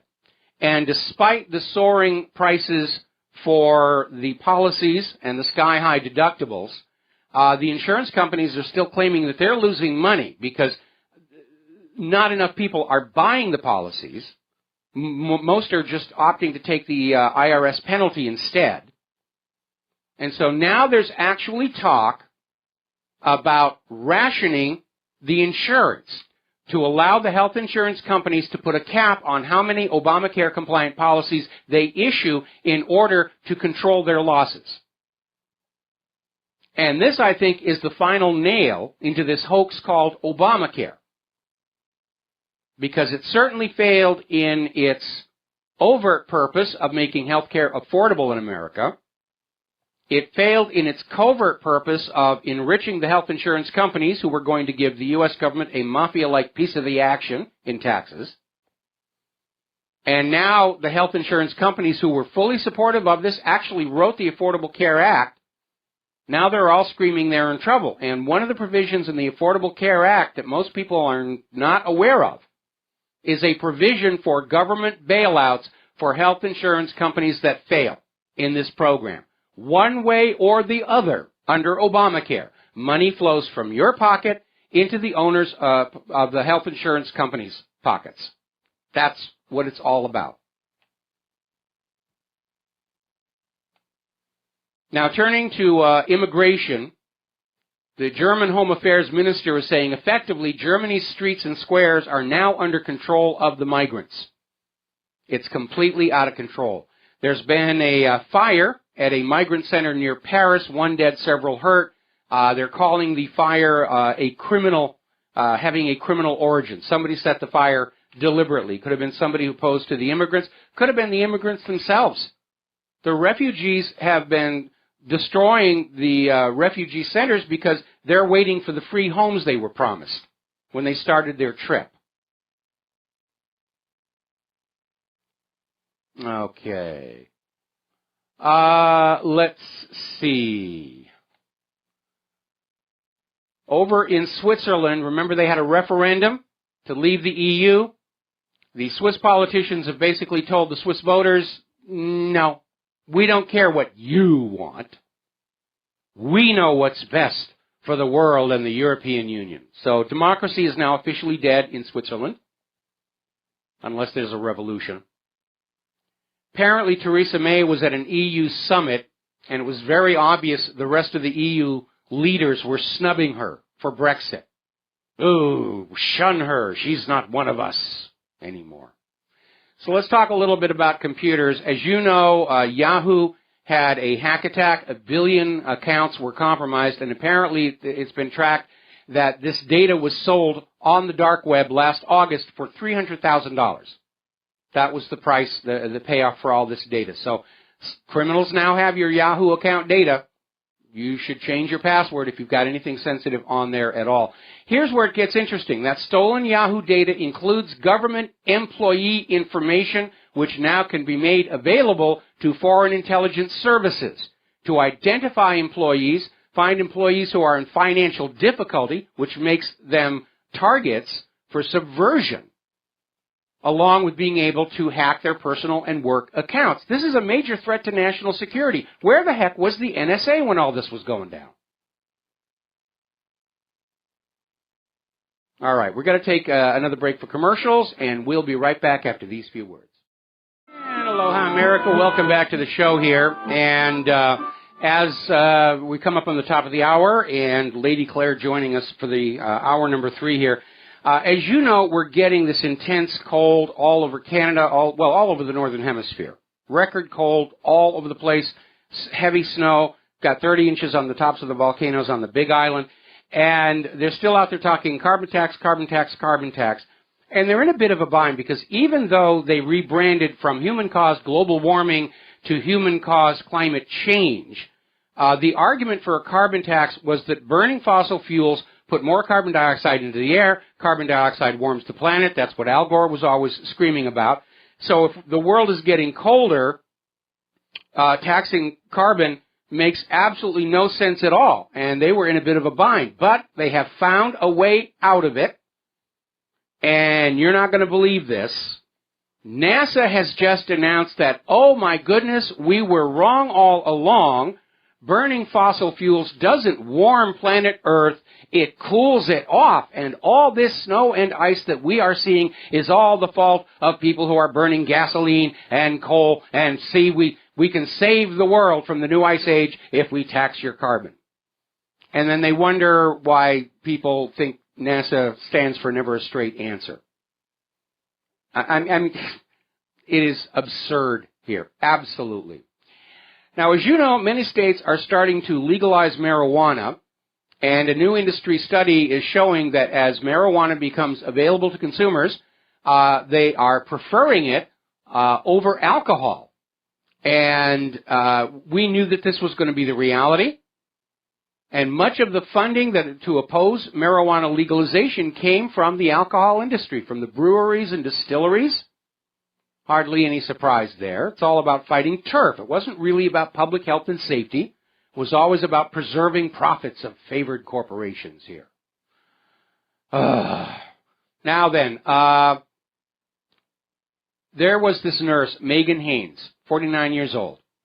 and she has been sent to prison for at least 27 years for murdering 2 residents at a New South Wales aged care facility by injecting them with lethal doses of insulin.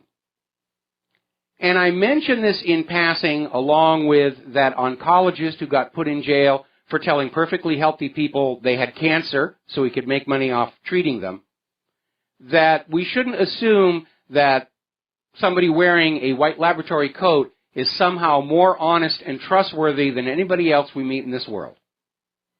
And we have to be really careful what's coming out of those needles, especially when it's big, big, big business. Now then, apparently over at the National Health Service, there's been another scandal where a company has bought exclusive rights to a medication and then jacked up the price of this drug by 12,000%. See, it's not about health, it's not about curing, it's about money. The money has corrupted virtually every aspect of human society.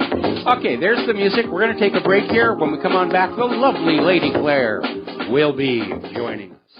And aloha, America. Welcome back to our show here, to hour number 3. And for those of you watching on BAM User TV, this gorgeous creature sitting behind me is the lovely Lady Claire, who does join us on hour number 3 Fridays with her unique perspective on the world. So what is the first thing that you want to talk about today? Well, this has not been given a great deal of coverage on corporate American media. Actually, it was on Fox. Oh, it does? Oh, okay. Yeah, they were going to town. How dare they do this? But apparently, China's Navy has seized an American underwater drone in the South China Sea. And this was an underwater drone that was deployed by an American, I believe, Navy-owned oceanographic vessel in what were said to be international waters in the South China Sea, triggering a formal diplomatic protest from the United States and a demand for its return, a U.S. defense official told Reuters on Friday. The incident is the first of its kind in recent memory, and it took place yesterday off the northwest of Subic Bay, off the Philippines, just as the United States Navy ship Botich, an oceanographic survey ship, was about to retrieve the unmanned underwater vehicle, the official said, speaking on condition of anonymity. And what they said was the UUV was lawfully conducting a military survey in the waters of the South China Sea, the official said. It's a sovereign immune vessel, clearly marked in English, not to be removed from the water. That it was U.S. property. Well, Mike, the first logical question I've got to be asked was, what were the GPS coordinates here? Well, we probably will never find out here, but I mean, the autonomous underwater drone, like the aerial drone, it represents the latest technology. And by the way, incidents like this have already happened, like when Iran succeeded in bringing down one of our drones over their territory, and it was clearly someplace it had no business being. Yeah. And it looks to me like this military survey they were talking about was this drone was sent on in to spy on China's activities on their islands in the South China Sea. Right. And from China's point of view, that is their territorial waters. The Cairo Convention says these are Chinese territorial waters. Yeah. And so from China's point of view, the U.S. is an invader, as it has been in so many other parts of the world. Right. And China has a right to stop and block any foreign military assets that are invading their territory without permission.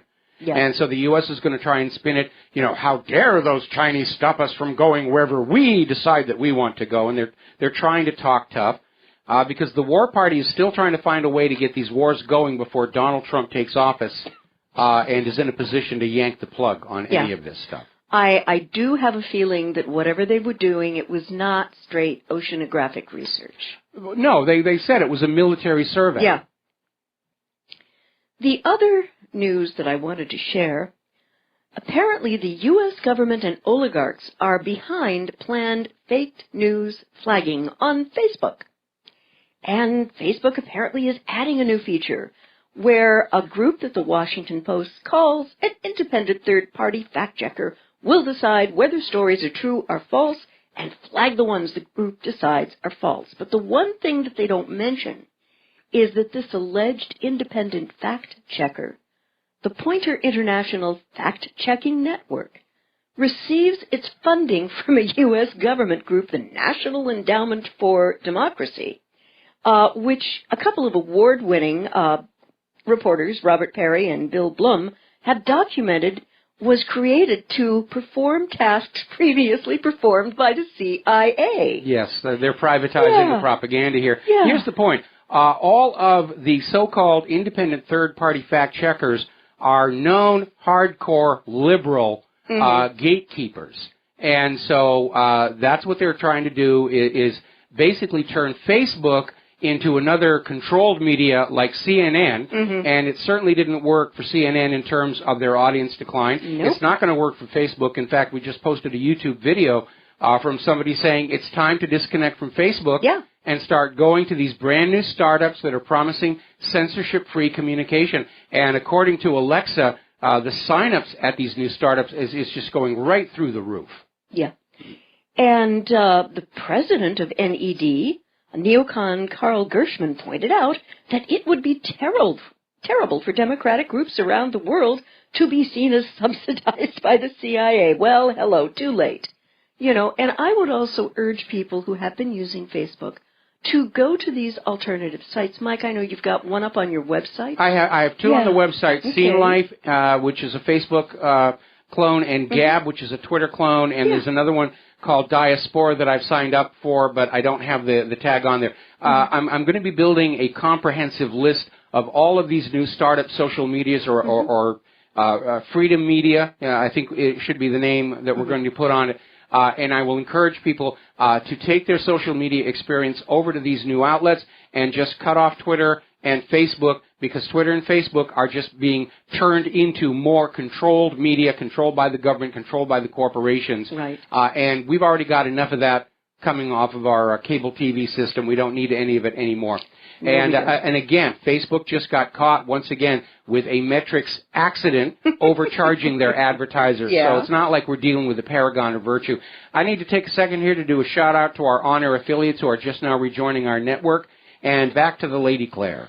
Apparently, the U.S. is in process of shipping 1,600 tanks to a Dutch arms depot in a clear message to Russia. And they've started moving these tanks to a storage facility in the Netherlands in a bid to deter Russia amid the biggest NATO buildup in Europe since the Cold War. And they're due to be stored at a 6-warehouse complex in the southeastern village of Eygelshoven near the Belgian and German borders.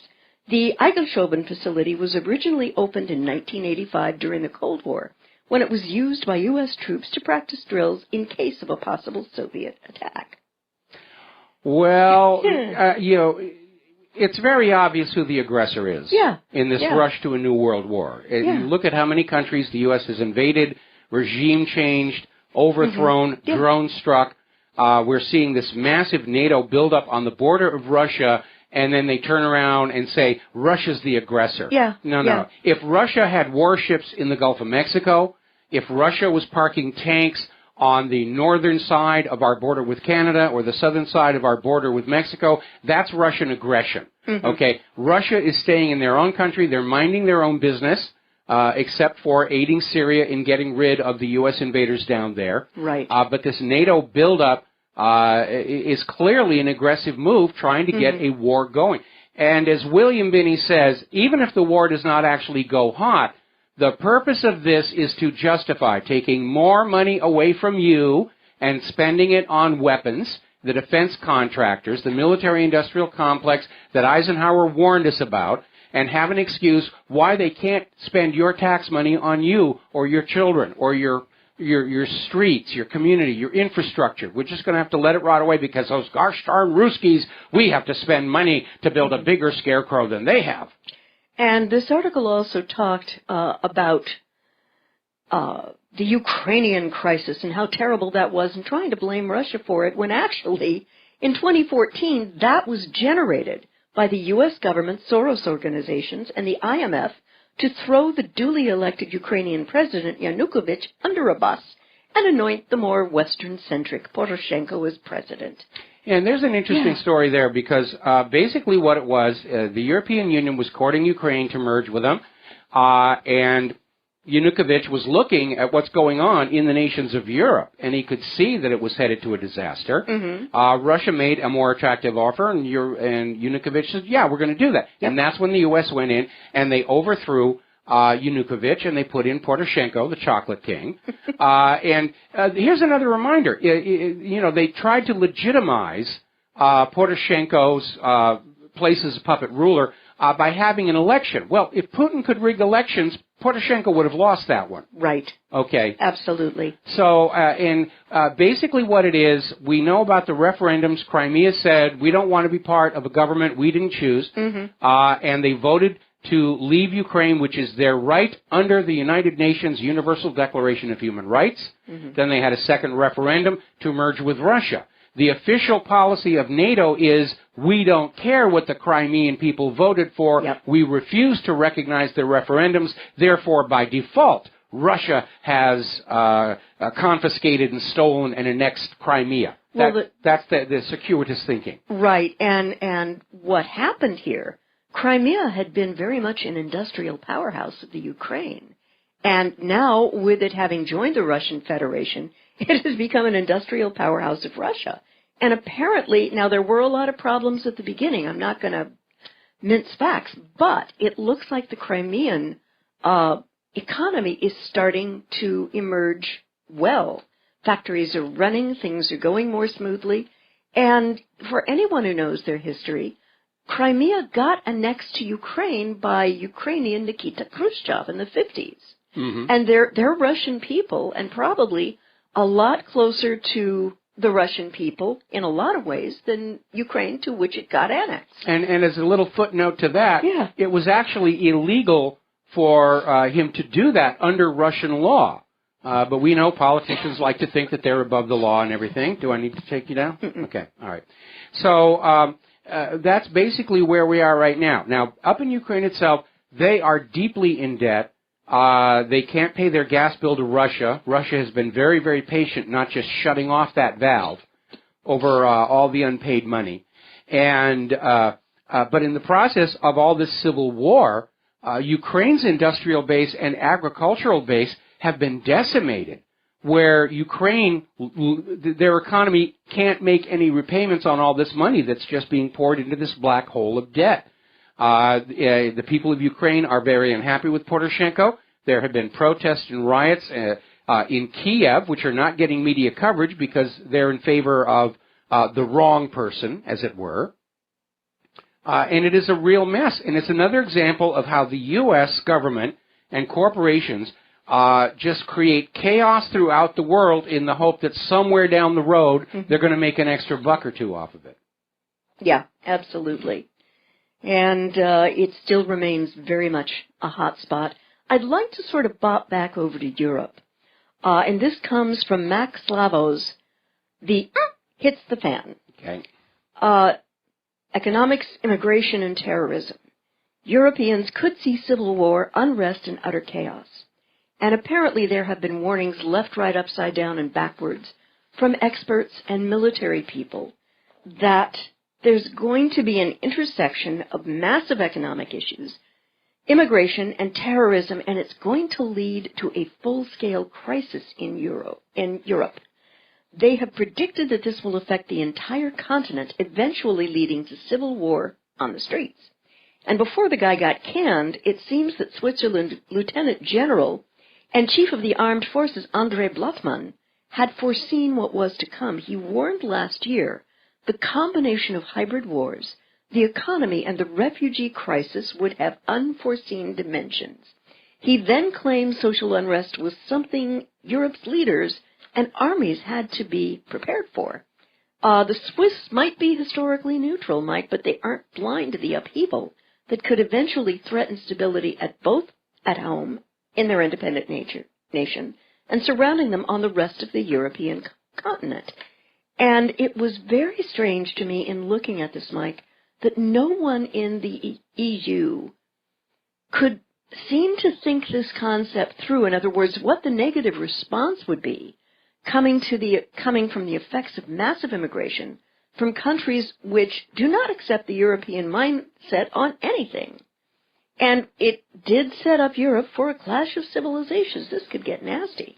It could get very nasty. Yeah. And something that you need to understand, ordinary people in Europe are definitely not on board with this rush to war. Mm-hmm. And again, for people in the United States, war on our own soil is almost a legend. It's mythic because it happened so long ago. We had the Civil War, and aside from a few carefully preserved monuments and battlefields, there's no trace of it to remind us about what was really going on. Europe is very different. When I was over there working there in the 1980s, going all over Germany and Italy, the scars from the two world wars are still very, very visible. It's a very real thing to the people of Europe. And they're understanding now that if the U.S. succeeds in provoking a new world war, it's going to be fought on their front lawns and streets for a third time. And they're not happy about that one tiny bit. I can certainly understand that. But I think that there was a degree of what you and I would probably define as magical thinking on the part of the EU that they could absorb all of these immigrants who have completely different perspectives, completely different lifestyles, and completely different philosophies as to how things are done, and then not be able to have them work. Well, that was all coming down from Soros and his New World Order people.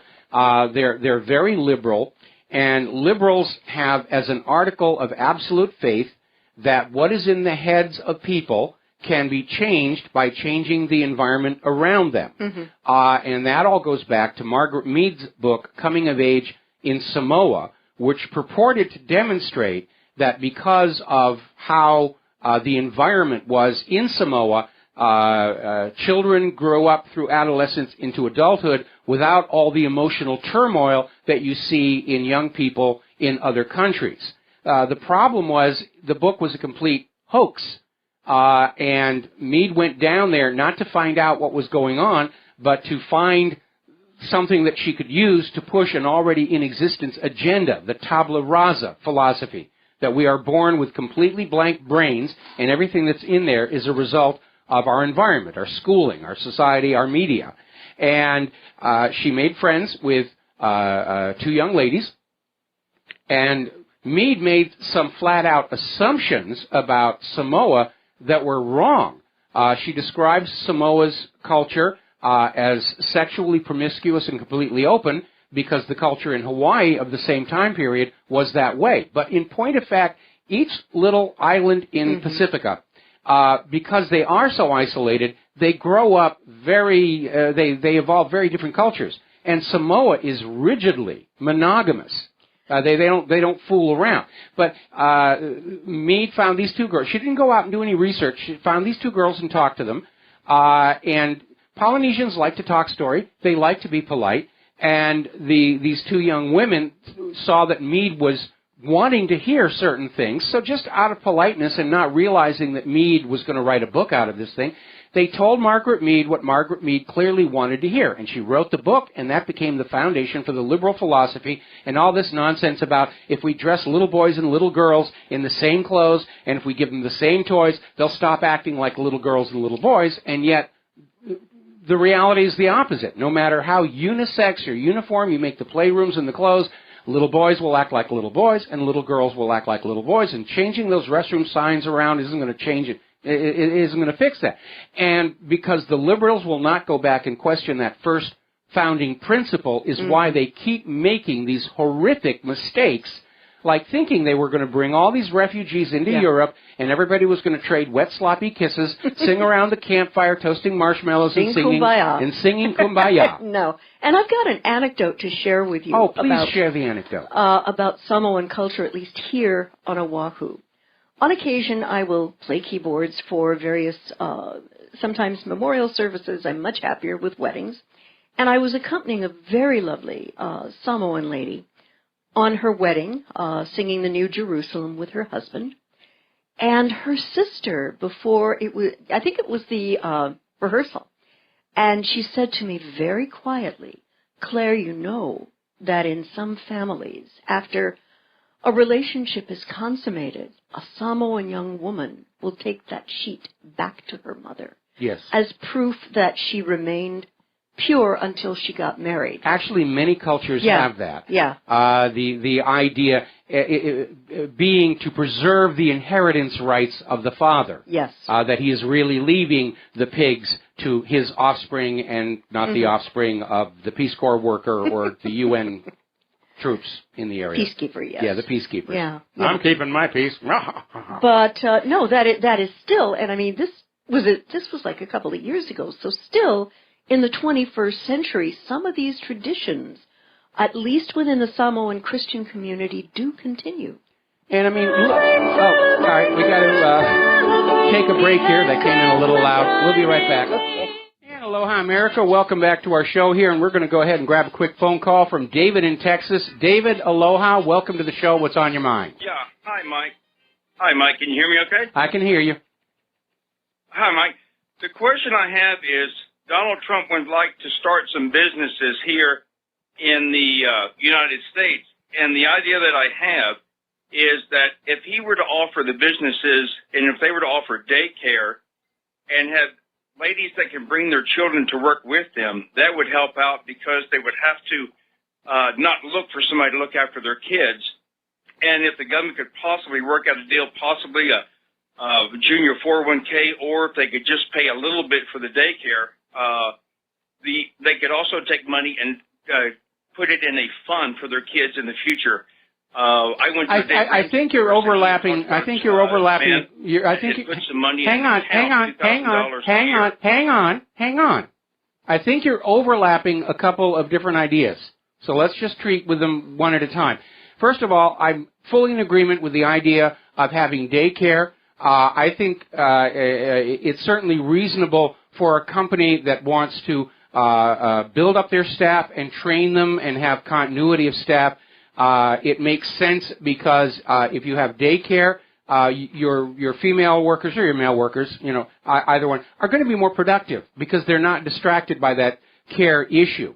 The problem is that our current corporate climate is pushing away from full-time, long-enduring staff into easily swappable workers that come and go, moment to moment. And at that point, the corporations really don't think about their efficiency because they're going to be inefficient to begin with. And I actually, when I was still working in visual effects, I actually saw this happen where some of the visual effects companies were starting up had this attitude of, we're going to hire up a bunch of people for the project, and the project's over, we're going to fire them, and then when we get the next project, we'll bring the people back. The problem was that, contrary to the sales pitches from the software and hardware companies, it could take 3 to 4 months to train people up on the systems. And even as the systems became standardized, each studio had a different production workflow. And so when you spend 3 to 4 months training a worker and then you just throw them out the door, you're throwing out that training with them. And as a result, I saw some companies actually go out of business because they would get a new project, hire a bunch of people, think that the production was going to go as smoothly as the previous one with the trained staff, and immediately ran into trouble. Yeah. Okay. Now, as far as the other one about some kind of a mini 401k, I think we need to return to a world where people are making enough money on their own, where they're encouraged to save and invest on their own, because all of these government programs have proven to be so badly mismanaged, Social Security being the worst among them, and now we're hearing talk about the government confiscating 401ks and IRA accounts and forcing people to invest in new special treasury notes, which are worth, they're not worth the paper they're printed on. Mm-hmm. And so I don't think more of the same is going to cure that. Well, I was sitting there thinking that if you had somebody, a young man or woman working there, and they would realize, where are we going to get a deal like this where we can have our child with us at work and we're only paying, say, $10, $15 a day for that? You would have a productive worker that would realize, I'm not going to get a better deal than this. I'm going to work my backside off to make sure I keep this job. You're right. I just thought, Maybe I've watched It's a Wonderful Life too many times, Mike. Well, no, you're absolutely right, and that's a very wise way of managing staff for the long term. Unfortunately, these days, everybody's thinking no further than the next stockholders report or the next promotion. And the other problem, of course, is with this flood of illegal immigrants and refugees being brought in and made citizens, we have a workers' surplus. We've got 90 million Americans looking for work that can't find jobs. Mm-hmm. And in that kind of a situation, employers feel that they don't have to take care of workers. Workers will put up with any inconvenience or hardship just to get the job. It very much works against the individual workers. Businesses don't have to make their employees happy. If you don't like the way we're treating you, you're out the door, and there's a line of people waiting for your job. And there's another issue, too, that I think we need to address.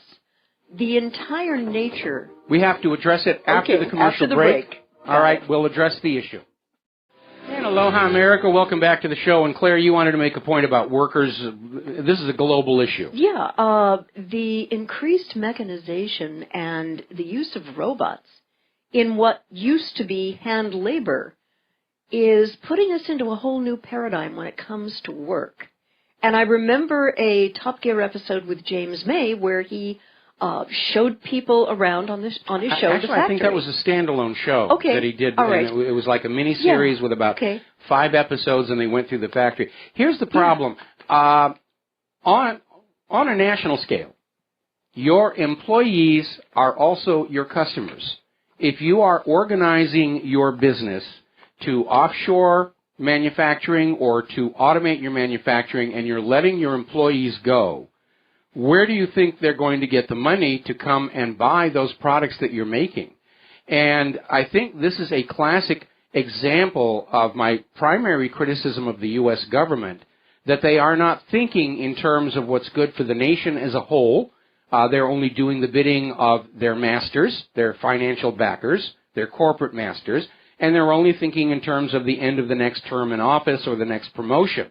And if there's one person who should be keeping an eye on what is best for the nation as a whole, it's supposed to be that person in the Oval Office here. Right. But we have seen, when offshoring first began and companies' profits went up and everybody said, this is a great thing to do. And then here we are years later, where all of these large retailers and manufacturers are standing around hovering on the edge of collapse and saying, why is nobody going into the shopping malls and buying the products we're making?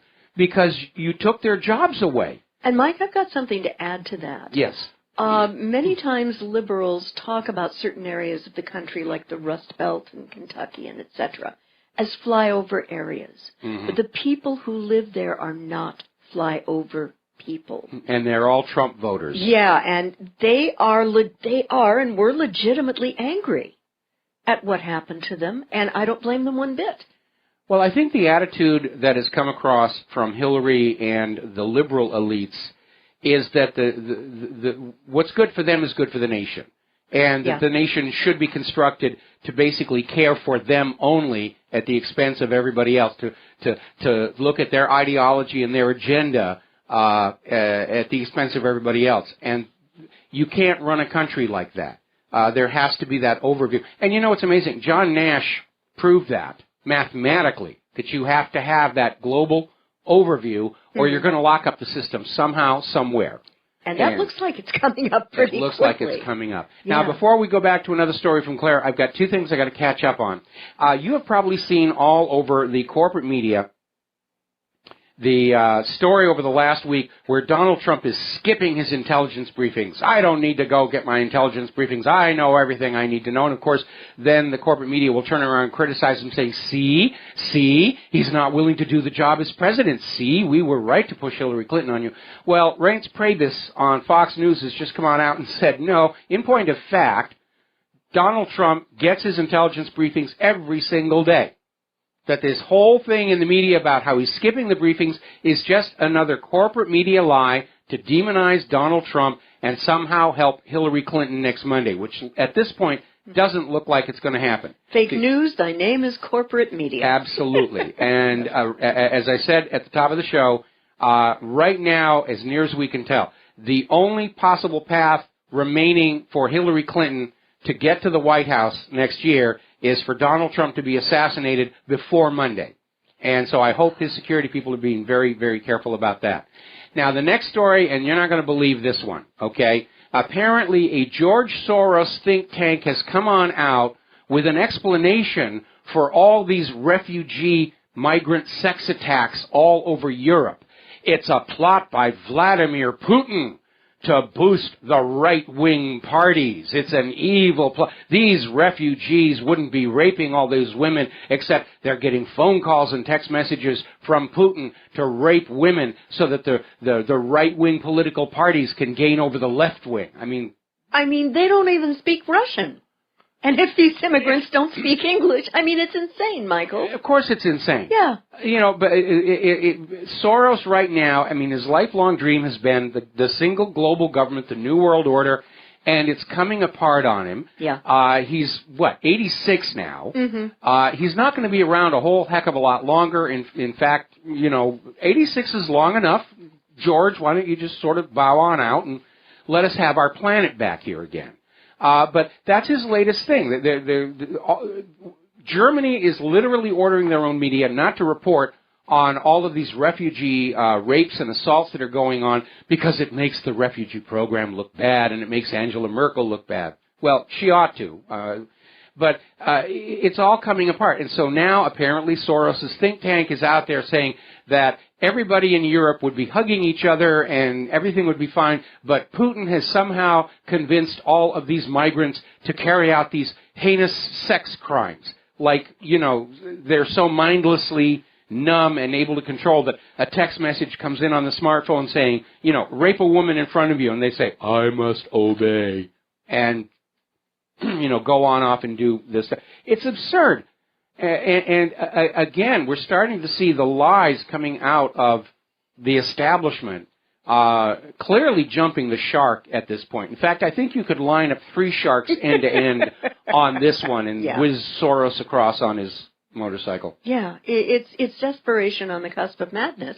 And has absolutely no relationship to reality. I think that's going to be our new rating system here. Instead of the Pinocchio, it's going to be the shark system. How many sharks would this lie jump? That's a 3-shark lie right there. Okay, I agree. All right, that's our new standard here.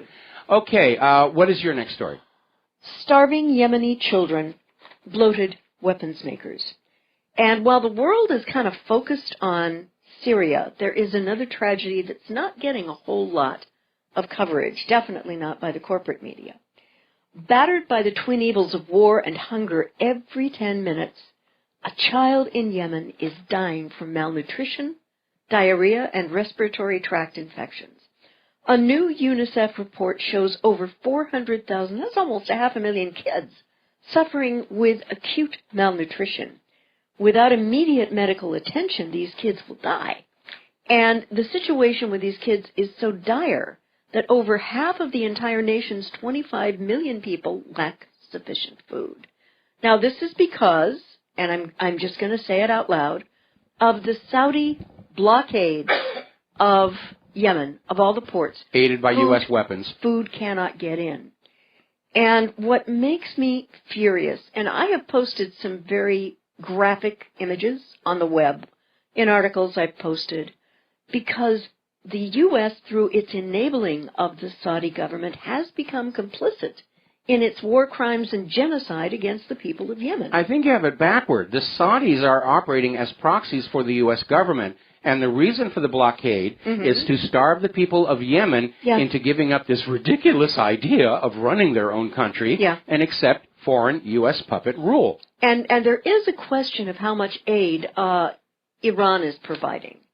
And the Saudi government feels that Iran is an existential threat, so any possibility of expanding their influence in Yemen, which is right on the Saudi border, is something that the Saudi government is reacting to with extreme prejudice, shall we say. Actually, that's just more of the propaganda. Iran is not a war-making country. No, it's not. They have not started a war of aggression against another country in over 200 years. Yeah. It is not in their nature. Yeah, it's, but I look at these images and my heart goes out to these children and their families.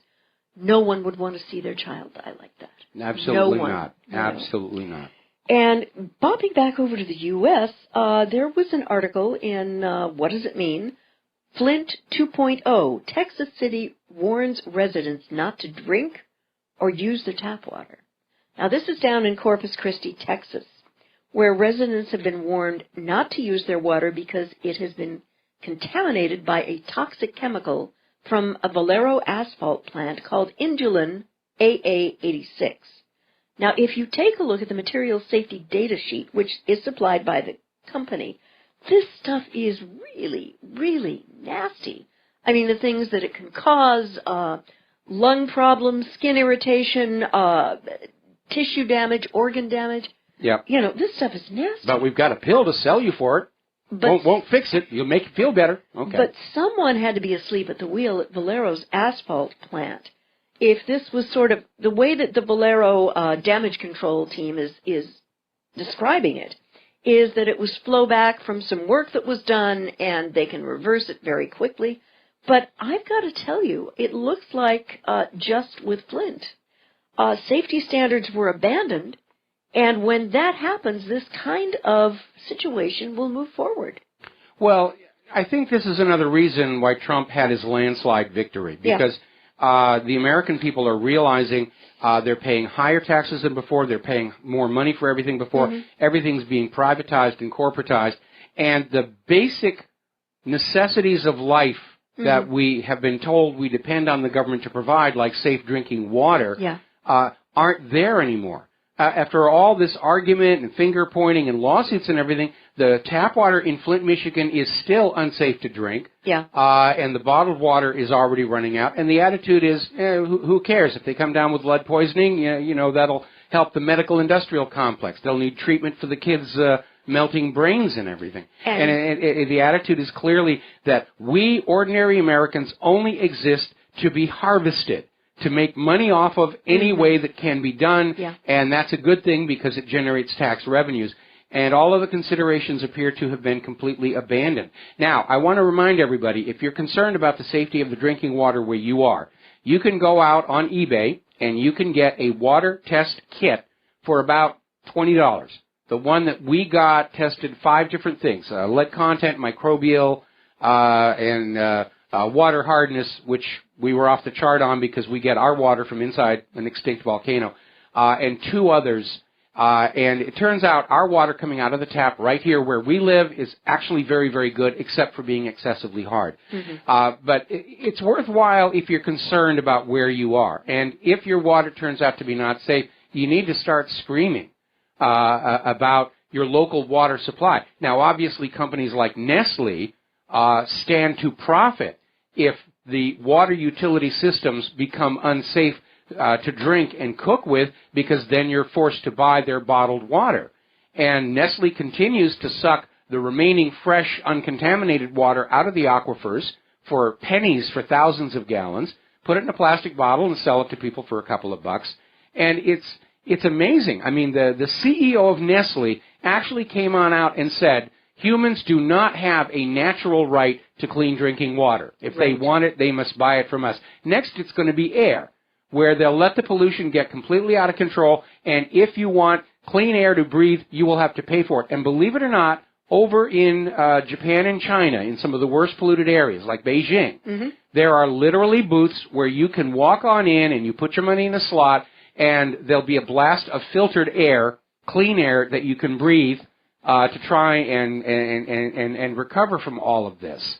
And again, that's the world that we live in right now. Ordinary people are just there to be profited from by any means necessary. Get them chronically ill, sell them pills, never let them get cured, never let them get independent, never let them become self-sufficient. And it's an ugly, ugly situation. And this is what George Soros thinks is a great way for the planet to continue. Yeah. I seem to recall that Nestle was sucking water out of a lot of aquifers in Northern California on a lease that has expired. Yeah, and for pennies on the dollar. And that's the reason they've got a water shortage in California. Yeah. Nestle is sucking out this water. Their permit expired years ago. The permit actually cost them something, like pocket change, essentially. And they're emptying out the aquifer. And 2 of the remaining 3 freshwater aquifers in California have become contaminated with fracking fluid. Plus, the water infrastructure itself is in decay.